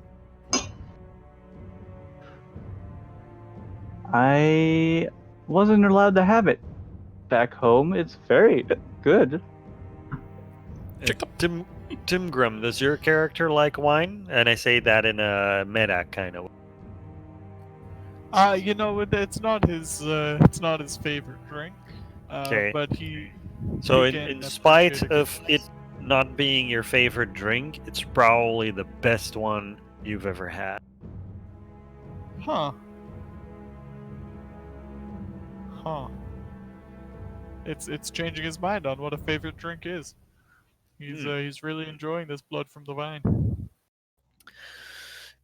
So Ismark sees you heartily, take another swig, and he says, "Yeah, not bad, they say. Might not be much sunshine in Barovia, but we manage a nice grape." There's so It much of has- this land that seems so gray and dark. Where are the vineyards for this? Oh, he says, far to the west of Barovia, the western edge of the country. This land has great terroir. It's Tim great. Grom's hoping that Is it's that Crest Egyptian? that's in the west. Terroir is French. I mean that in the story because he I actually think- started I talking about think Egyptian Phineas- stuff. With all due respect, that is French pronounced by an American. Well, yes, you could say it. I mean, So we have no idea what you mean. is it Territory? I'll see if I can find. Keep going. I'll see if I can find it. Okay. Sorry about that. All good.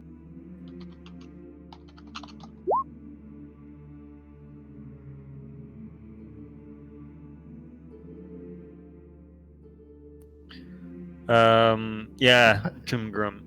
He continues to explain that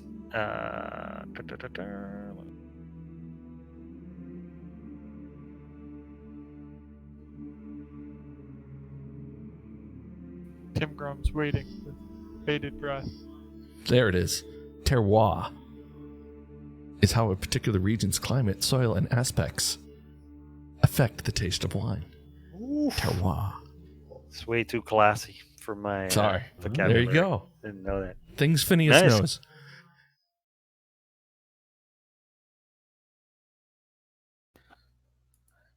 I'm like trying to figure out this freaking thing so I don't say the wrong thing.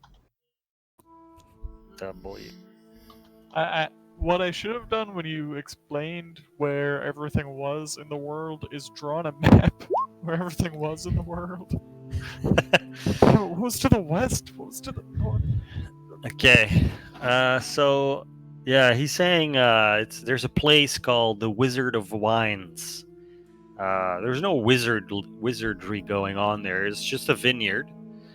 That's ran, he hears, by a family that owns an inn in Vallaki, where they also sell it, and they sell an even better variety there in Vallaki. And that winery is basically the place that provides the entirety of Barovia with its wine. And yeah, it's on the complete opposite end of the valley. Hearing this does not dissuade Tim Grom. Tim Grom is very much ready to leave the shadow of the Citadel. But he's still thinking about convincing these guys to check out Kresk. Yeah, Kresk would be to the north of the winery. Okay. Not winery, a vineyard. Well, there might be a city or somewhere near the vineyard, but really, it's the vineyard that I care for my cardinal directions. Just a reminder that before we leave, we want to do a long rest, everybody.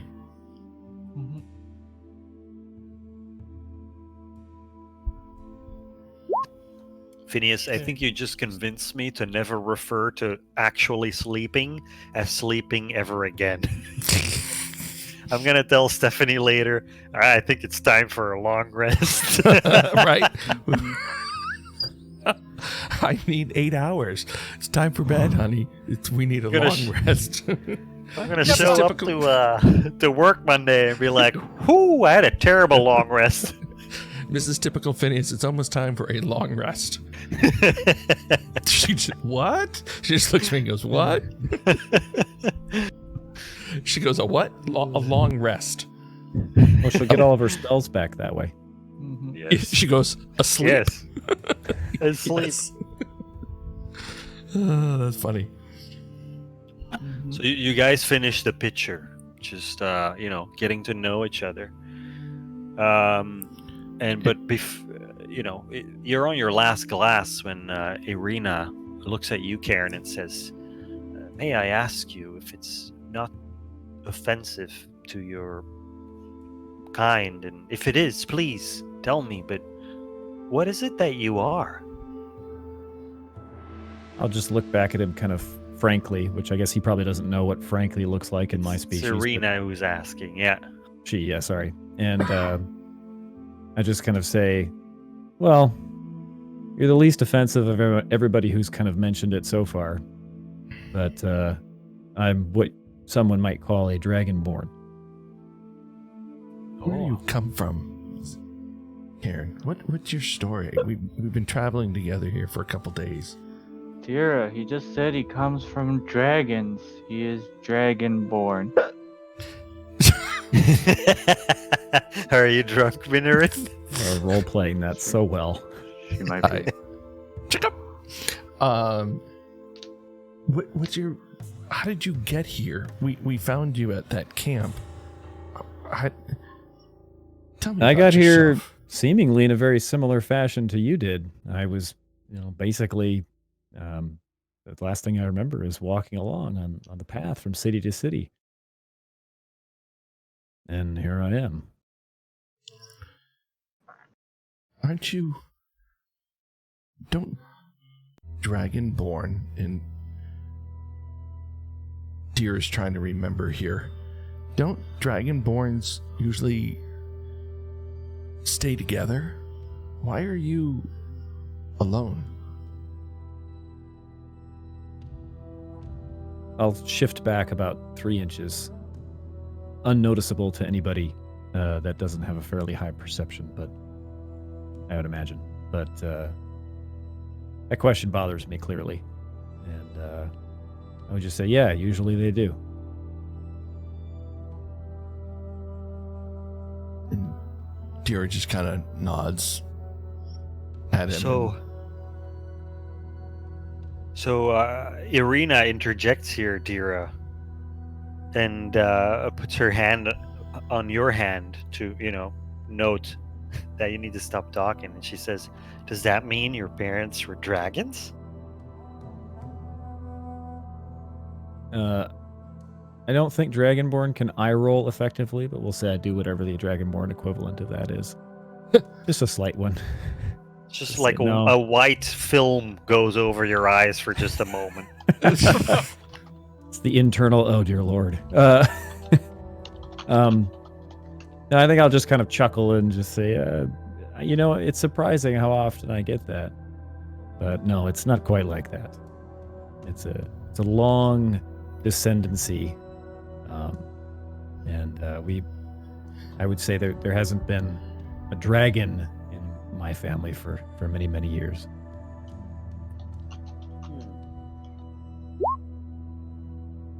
How interesting, says Irina to Ismark. And Ismark says, yes, as he solemnly just takes another sip of water. Deer is feeling nice and warm inside and, takes the hood down from his head and is still wearing the cloak, but takes the hood off so everybody can see his face and wants to be a part of this conversation. Because he notes that, he was alone. He's not saying this out loud, but he knows that he was alone, right? Of two worlds, but of no worlds. and understands what he thinks Karen is going through, and understands that while he's feeling powerful, this is the first group he's been accepted to in decades for him. Being a half-elf, he's lived a long time. He's 112 years old, and this is the first time in 30 or 40 years that he is beginning to feel a part of something. So he takes off his hood and sits there amongst what he thinks in the future could be friends, but remains quiet at the table. Nice. I guess I'll kind of glance around the room, and does anyone that's not completely inebriated want to know anything else about the lizard? Yeah, one more thing, Karen. Where'd you pick up those nice skills?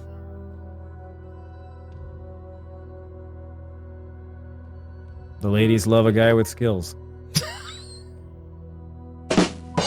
And on a serious note, you pick them up on the road. Time and trouble. Well, it's been good to have you with us. Good to have your help. And I just I don't know nod. if I'd call it help, but I just nod in his It's- direction knowingly. I'll just say, it's strangely good to find some people who don't immediately run away. Do people normally run away from you? That has been a large experience of mine, if they're not salamanders. What are salamanders? Think of me, but tiny. So cute. Yeah, I'll do right the there. eye roll thing again. Oh my gosh. Tim Grums takes note without an insight check that Minoran's had enough.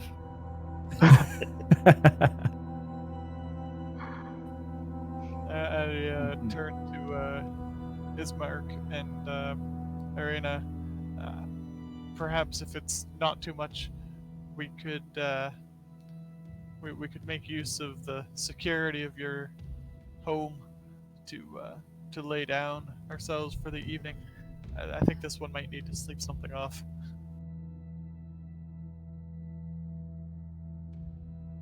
I'm fine. I propose, says Ismark, that we all rest at my place. It will be far more comfortable than the Blood on the Vine Tavern. Thank Sounds you. like a great idea. All right. And he slides his chair back and gets up. And Dira looks at Eric, was the barman, Yeah. and flips him a silver piece. Says, "Thanks for the service."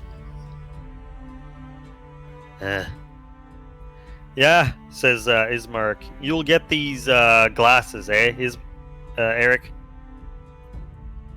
Eric just continues to clean the glasses he already holds. It's fine, says Ismark. Tim Grum wants to. I want to just take a look around. What kind of activity is happening in this tavern?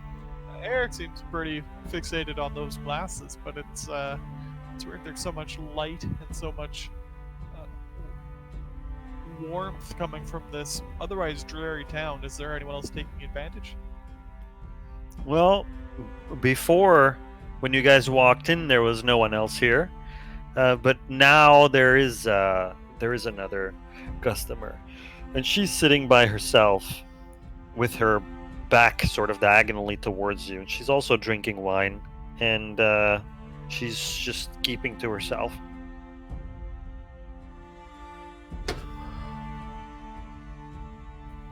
I turn to Ismark.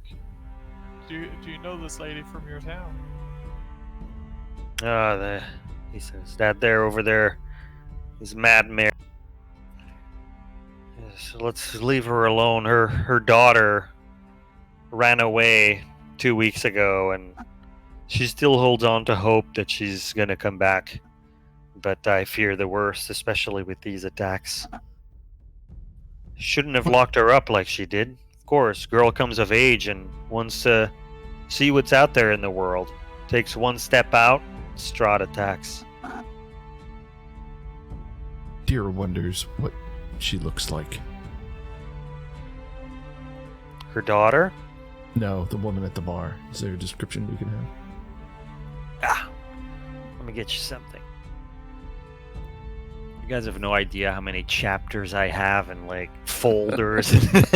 I just want there to be some time where we're like, yeah, all right, I'll get you a description of something, or I'll get you guys a picture of something, and you link a stick figure. How's that, huh? How's that? Use your imagination, for crying out loud. She has All hair good. up upon her head, below which are shoulders and arms and legs, in no particular order. All right. How about that, eh? Boom! Whiplash Bam. delivers. All right. What do you think? I make this shit up? No. It's all part of the plan. 100% chance that Whiplash's Google history search is like poor woman.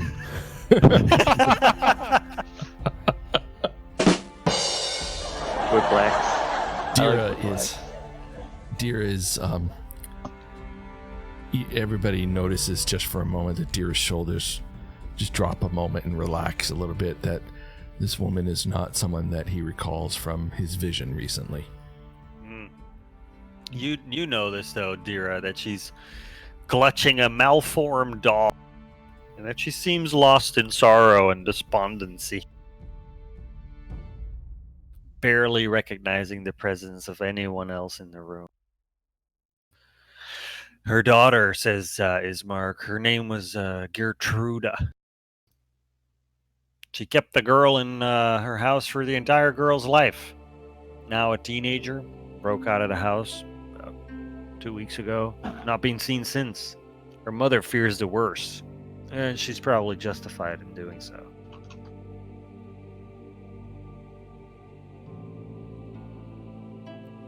So he's obviously suggesting you leave her alone.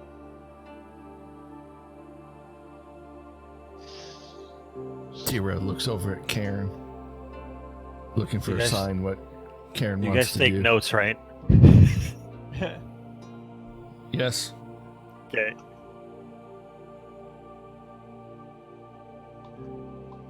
I guess I'm a little confused. I don't. As far as I am considered, a lizard skin sleeps the same anywhere.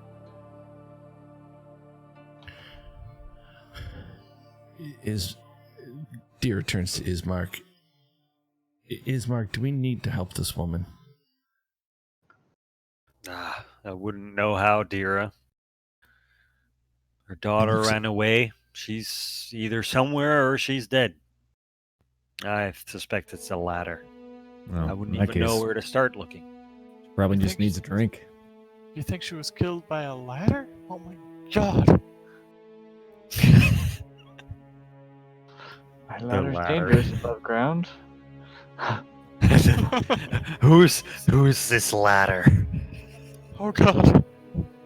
First You it guys was are the shot, worst. now it is ladder. That was a Minoran move, that. Veteran has a reason, okay? Yeah. Minoran is contagious. So she sobs a little bit, coloring your thoughts with sadness. And remember before, when you came into town in the last session, you guys heard like a moan?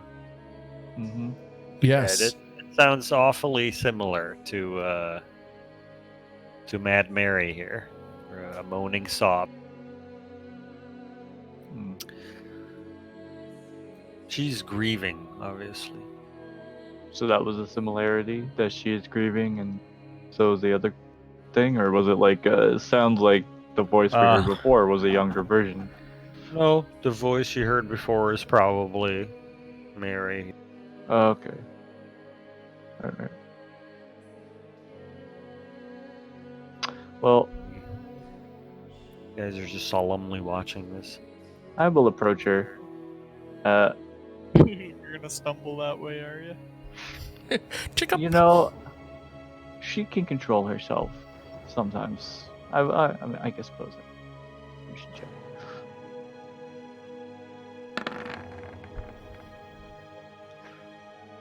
She stumbles over. She just like stops short of Mary and stands up and then just kind of like slaps her face a bit. And then she's just like, "What, Mad Mary?"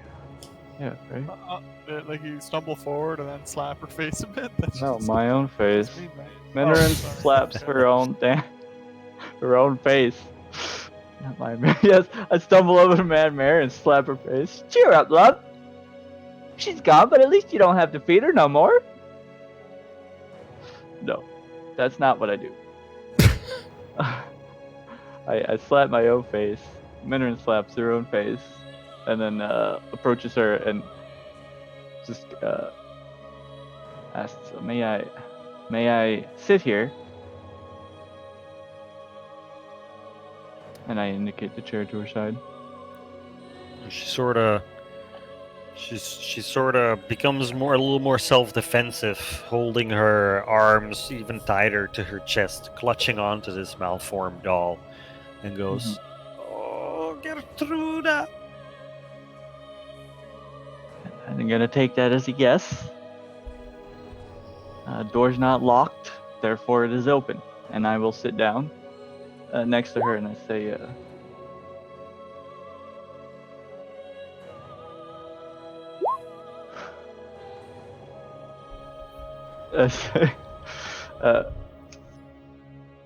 I heard that your daughter Gertruda is missing. I was wondering if maybe there was some way I could help.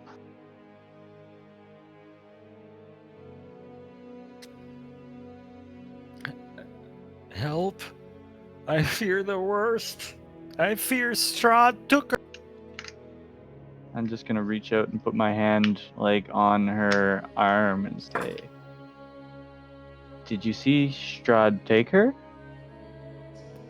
No, but she hasn't there- come back, and And there's he's been always attacked. hope.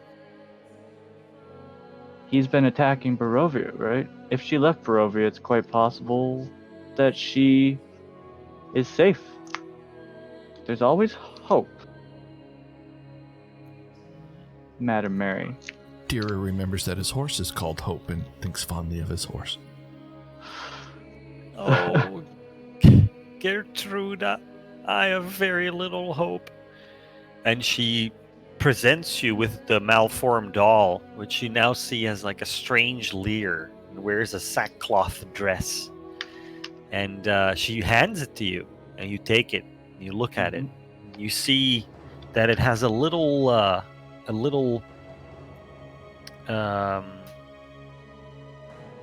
message stitched into the hem of its dress, and it says, "Is no fun, is no Blinsky." Is no fun, is no Blinsky. Yes. And Mary says, "If you find Gertruda, show her her doll. She'll know you can be trusted." Oh, Okay. Can you tell Gertruda. me anything about where she might have gone? Has she talked about anything she wanted to see? Like the woods?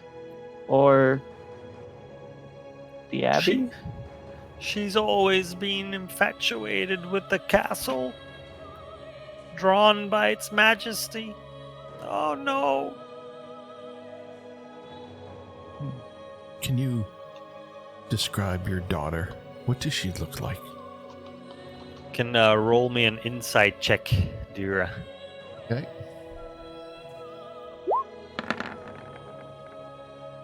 She looks like a girl. No, I would have given you more information if it was a Okay. higher roll. But so she has auburn hair and blue eyes. Her hair is about is longer than Irina's length. She's naive to the point of being a danger to herself and others.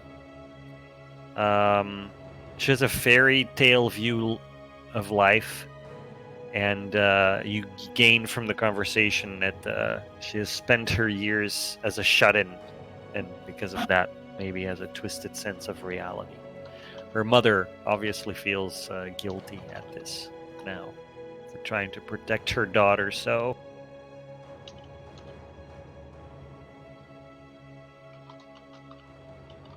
Thank you for sharing that.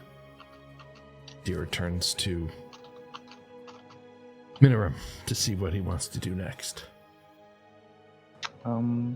She's going to look at the doll and say, "We'll find, if we come across your daughter, or find evidence of her, we'll be sure to get word to you. Always have hope. I- Remember." I'm just gonna... Mary, I have one last question. Does Gertruda like flowers? not more than any other girl of her age, I would say. Okay. Why are you asking? Well, I have had some inner sight, and I've met some of the people. Irina and Ismark. I had a vision of them before coming to this land, and I'm trying to rack my brain about a vision I had and wondering if your daughter, Gertruda, was in it. And I'm trying to remember if there was a girl with long auburn hair with a red rose in her hand in my vision. And I'm trying to just get to the bottom of this vision.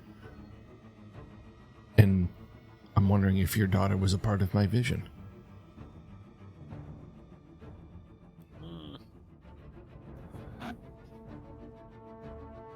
She's satisfied with your answer, confused but satisfied.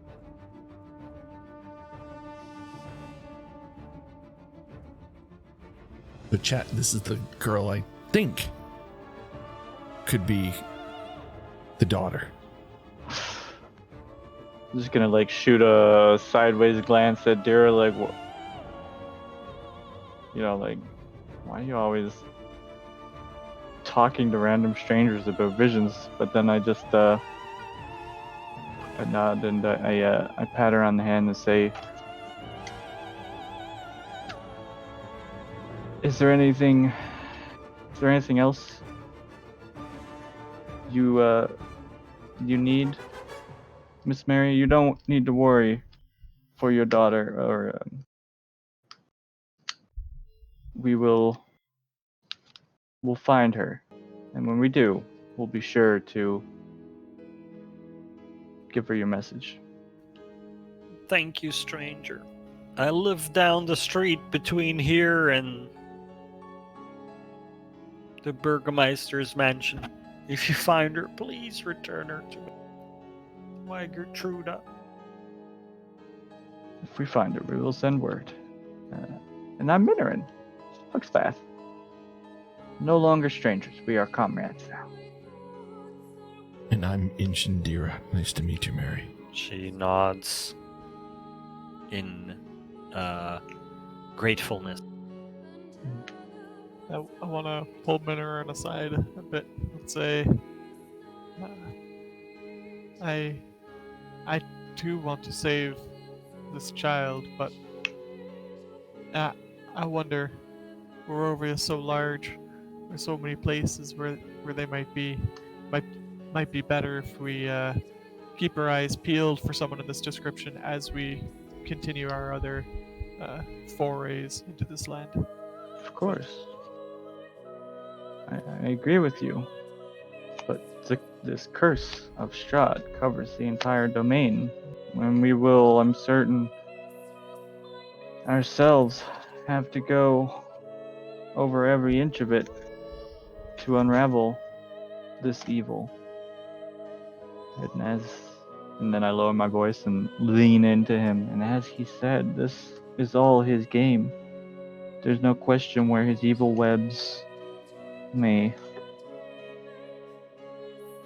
be laid. Also, what is a Blinsky? There's. Yeah, Dira asks Good question. Mary. It's not a deity I'm aware of.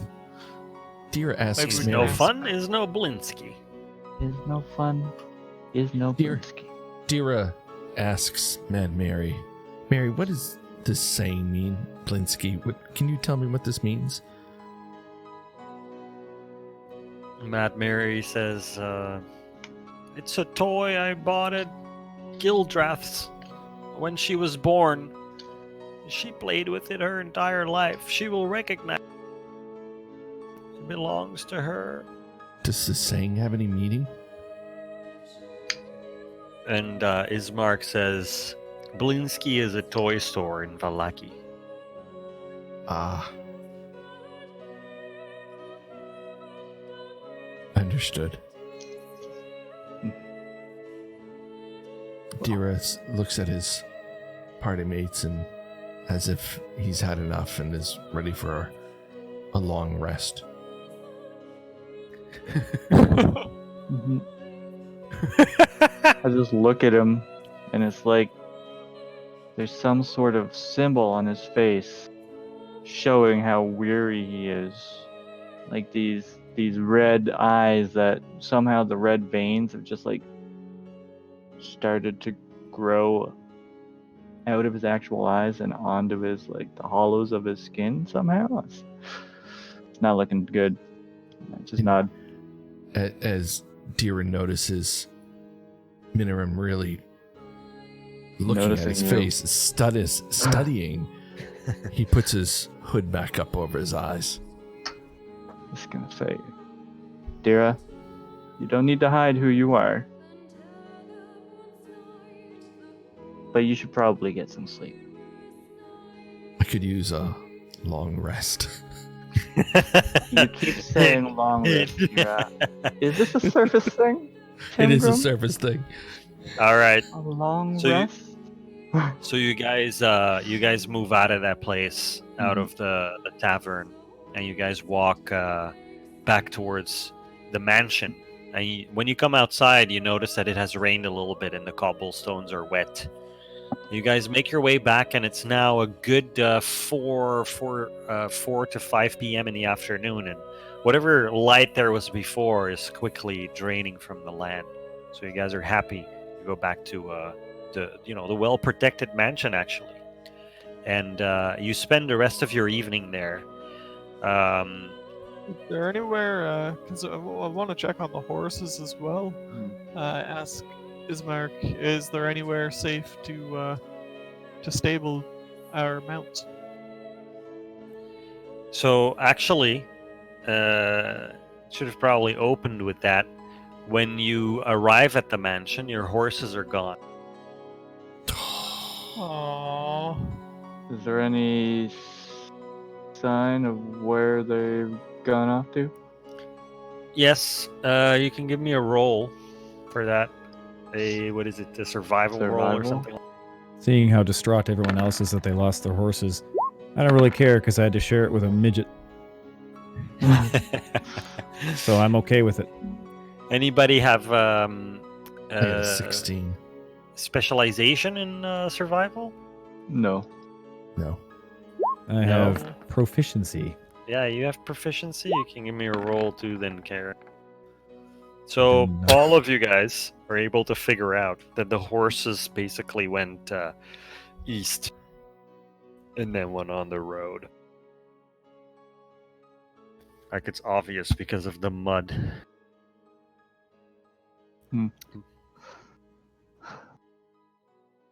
Well, let's have We a need to long go get rest. Creep back.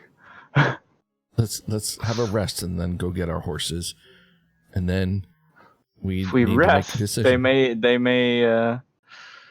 they may still be off grazing somewhere. If we rest, they may run away. Well, knowing horses, as I do, Do they'll you? probably from a noble upbringing, have ridden and horses will tend to stay put at night.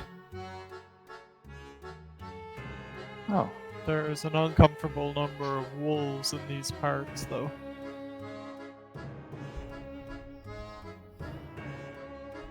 And by uncomfortable number, I mean like at least 30 that were just around the church. Suspiciously, just before we noticed our horses were missing. mhm. All right. And they went east, so Ismark Back says, towards the castle Ravenloft. no, east would be away from Ravenloft, right? Is it? Isn't Ravenloft to the northwest? Ismark says, I wouldn't go out at this time. Dira agrees. The horses will be safe. And if not, we need to be safer than going out to get them tonight. Ismark says, you could look, but there's a lot of places they could be. And you have about an hour before the night hits. And I don't want to be out looking for your horses when that happens. I propose we take 30 minutes and walk east. At 30-minute mark, we turn around and go back. I suppose that's the best we can do. Sold. Okay. All right, so I'm not thrilled at the you guys- prospect of finding horses again, but I'll go along with it. okay, so what kind of song is this playing now, eh? That's that song when you failed your intelligence did, roll. it was. Don't. So where do you guys go? It was east. Following the tracks east. Along to the road that led out, I guess. Yeah. So you guys are able to scan, and I'll color in blue, I guess. See anything This on the map area? yet. And you see no horses. Ah, there Where- it is. I think Are we going that's- east or west? If east would be through the city. And that's where the horses led off to? They went on to the road where you came from. Oh, I they told went. you They went guys. west back that way. Yeah, I'm assuming that's the direction you wanted to go, so that's the one I circled, and you Right. don't see any horses on those plains. And you can see Right. clearly all the way to the forest line and to the bridge and beyond. You don't see creatures that would be horses. And as you're walking on that road, sort of, looking for them, you, Karen, you can give me another survival check. Hang on a second. Gotta find it. Yeah, you can tell where they went, especially now that it has rained. It has washed evidence away.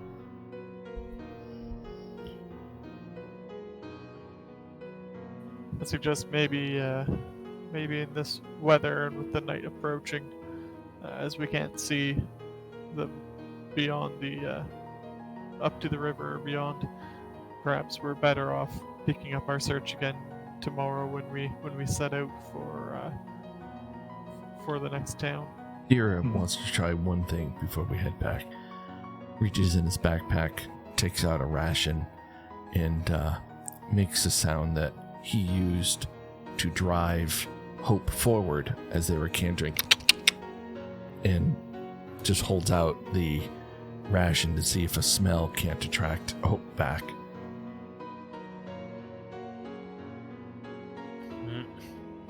So you guys go back towards the mansion, right? Mm-hmm. And actually, I have a map of that too. Let me see.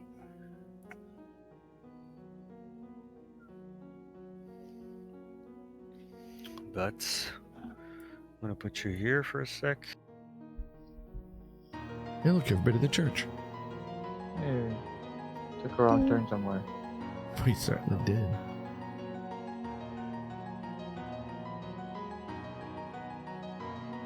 We end up around the church as night falls, and we get surrounded.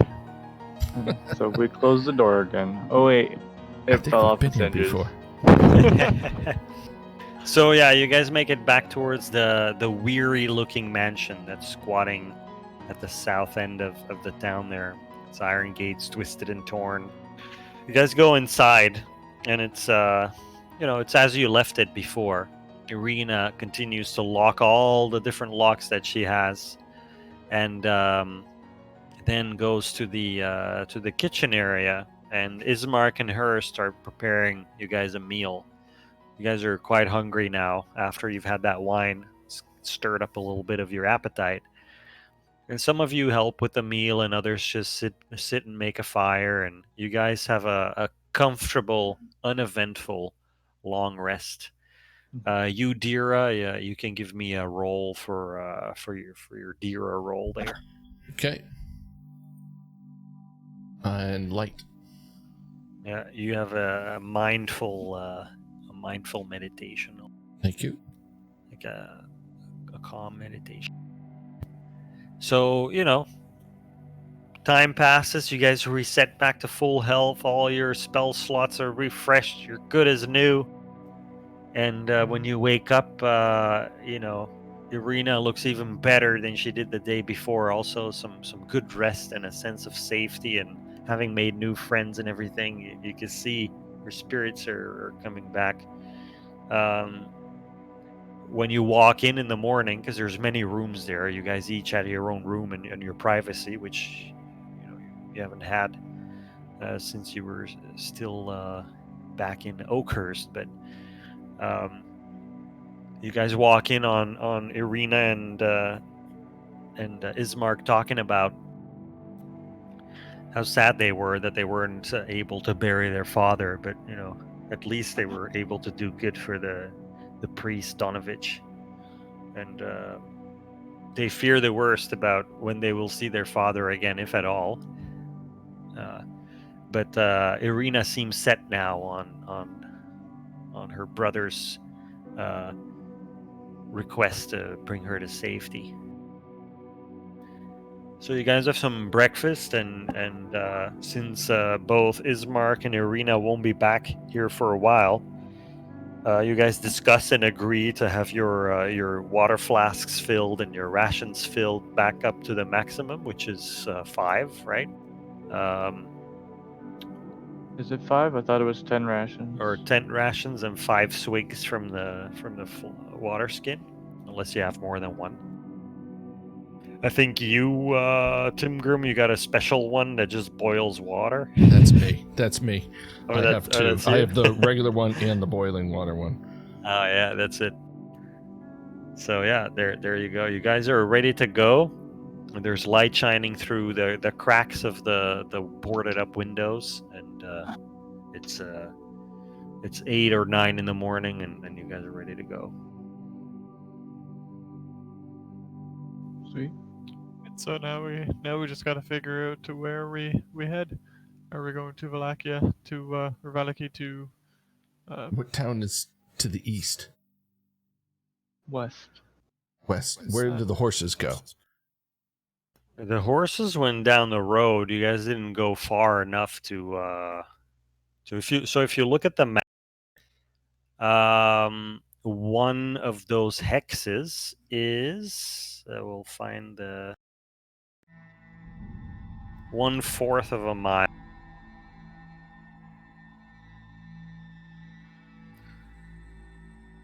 So how long does 1/4 of a mile take to walk? You can do 3 miles in an hour. I'm sure D&D has 3 miles an 3 hour. miles per hour. So a quarter mile, you The said? D&D. Yeah. A quarter mile would be 20 minutes. 15 about minutes. 1,000 feet. And if our range is 30 feet, per turn, and a turn is 6 seconds. The math is too insane, so we'll just. I No, like it's where you're 20 going. 3 though. miles an hour. Yeah.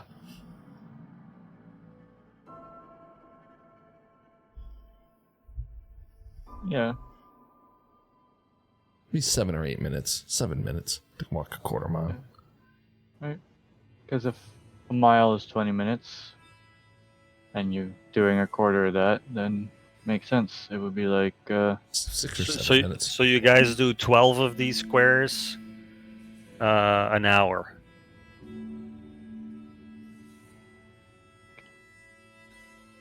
Let's move. I want to find these horses. All right. So can somebody draw the intended path that you want to take?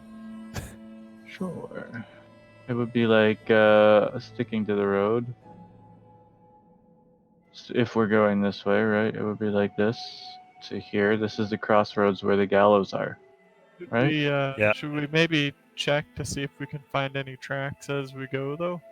I wonder if as we cross the bridge, maybe we can see if there's like before we cross and after to see if there's any sign of hoofprints having passed. I think Even rain though- had kind of washed them away for the most part. Yeah. Like because there was a rain or something that would have washed it away. That was mentioned when I searched before, so.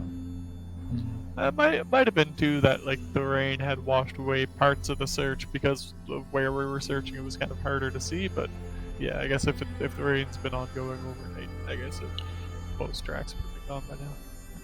So Dude, you, just so to make sure, casts mage armor. all right. So the person who has you Karen, you can do 3 rolls for a survival. Okay. Oh no.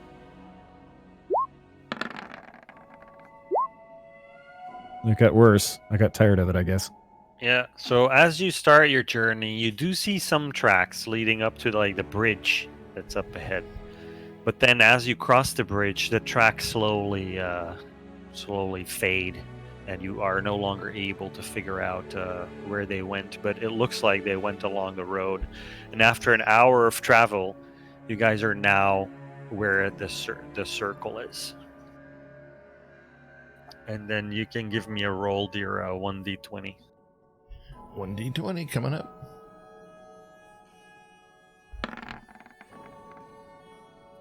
Oh man, you're not lucky. No. You see you're near water there, and then at like the road, and there's water to your right, like the stream, and then there's bushes also on either side of the road. See that? Yep. There. So on the south side of the bushes, you hear a ruffle in the bushes move. And I'm going to go and investigate, as this very well could be Hope. I'll call Hope's name. Hope! Hope! See what comes running. Okay. Give me a perception check. Okay.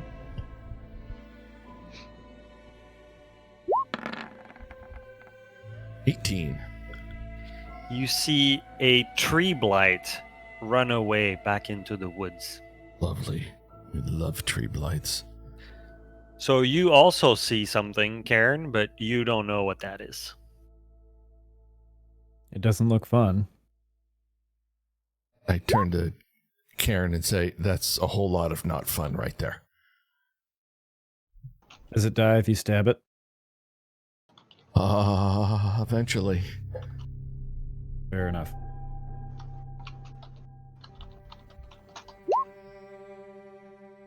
So let me give you a picture of that there.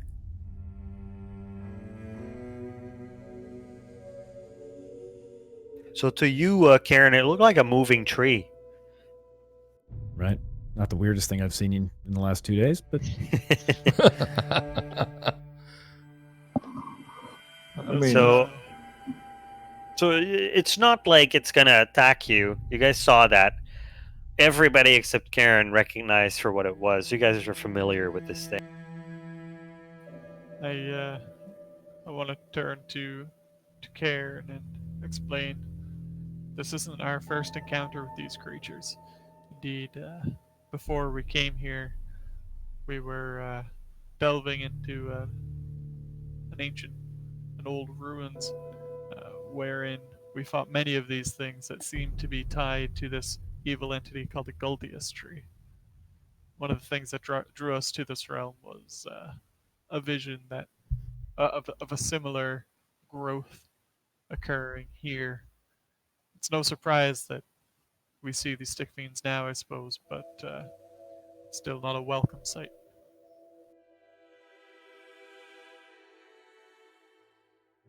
Thanks for the heads up. It doesn't look like it's a lot of fun. You know, anytime you need some exposition, I'm here to lay it down.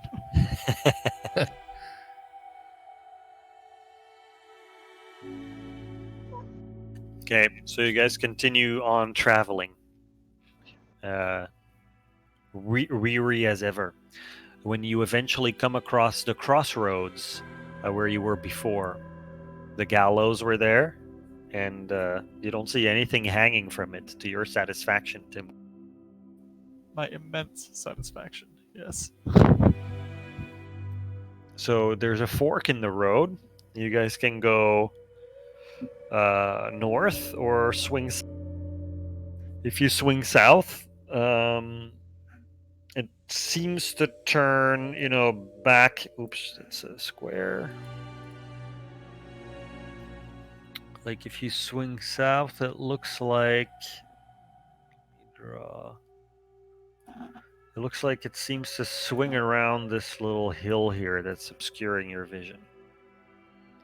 And if we go Back north, up. is that back towards where Stanimir was and the camp? I wonder if we should check there real quick with them to see if they've seen our horses.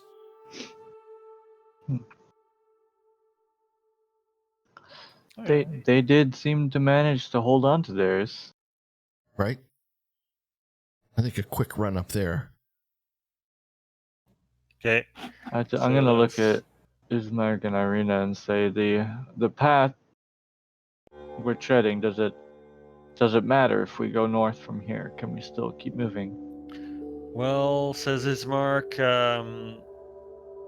it's if you keep moving north after the Serpul's place where they usually encamp,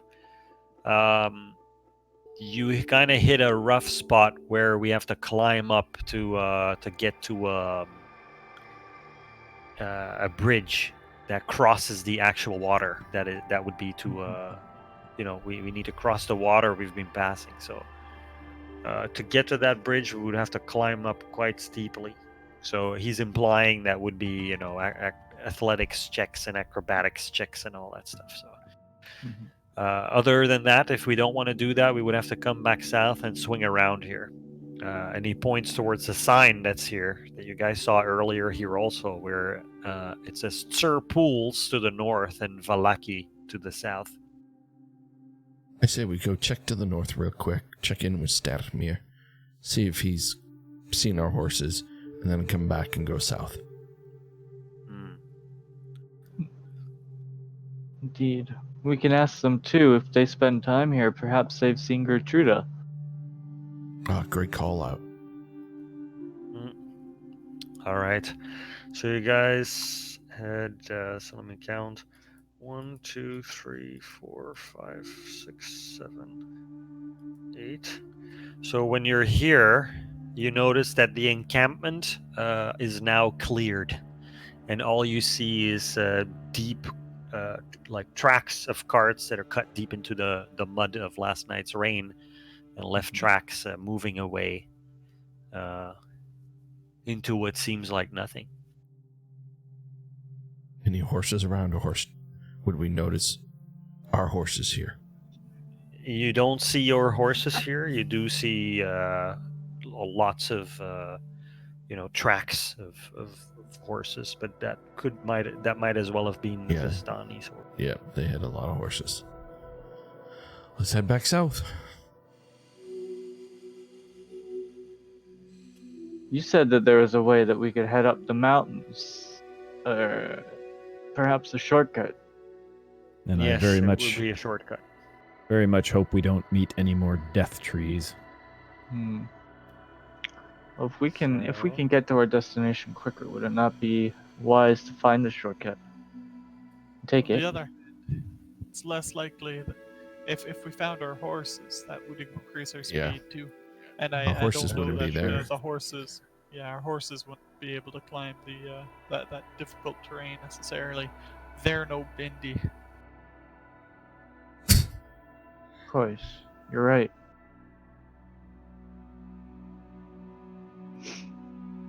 Let's So go what do you do? south. South? Okay. Yes. So am I right in thinking that each hex is 5 minutes? Because you said It's 12 for an hour.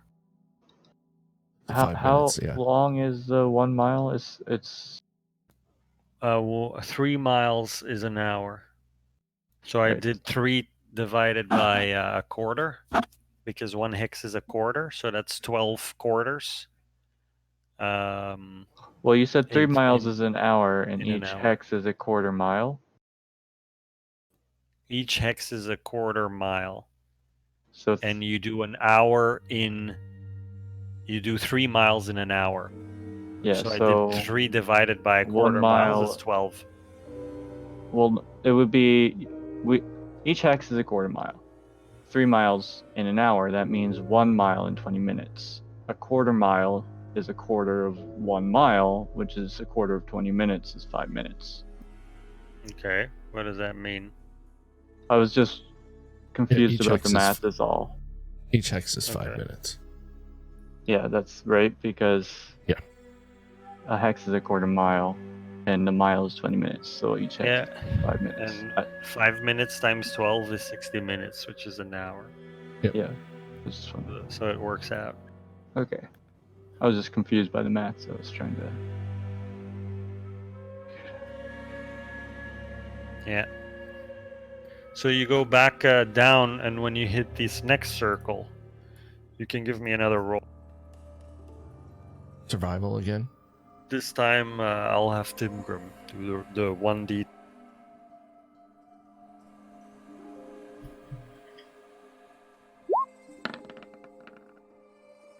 Okay. Please no more body. Please no more body. So you guys continue, swing around.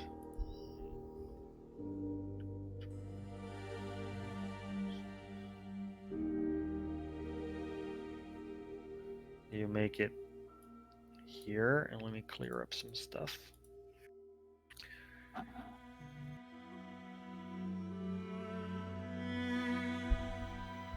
Hey, Whip, Yes, sir. I do not have very much time left myself. All right. I mentioned it in the Discord a bit ago, but we've probably tabbed out. But I am completely okay with being NPC'd for a period of time, as long as I'm brought up to speed at some point after. Yeah, no, good. I'm good to stop here. You guys are just traveling, so. Yep. I I'm just- good too. No, I I think just that's a didn't- fair I didn't point, want to Zero. mess with anybody else's stuff, No, if they no, wanted to I- keep playing, of course. So No, I think that we could roll out of our streams right here.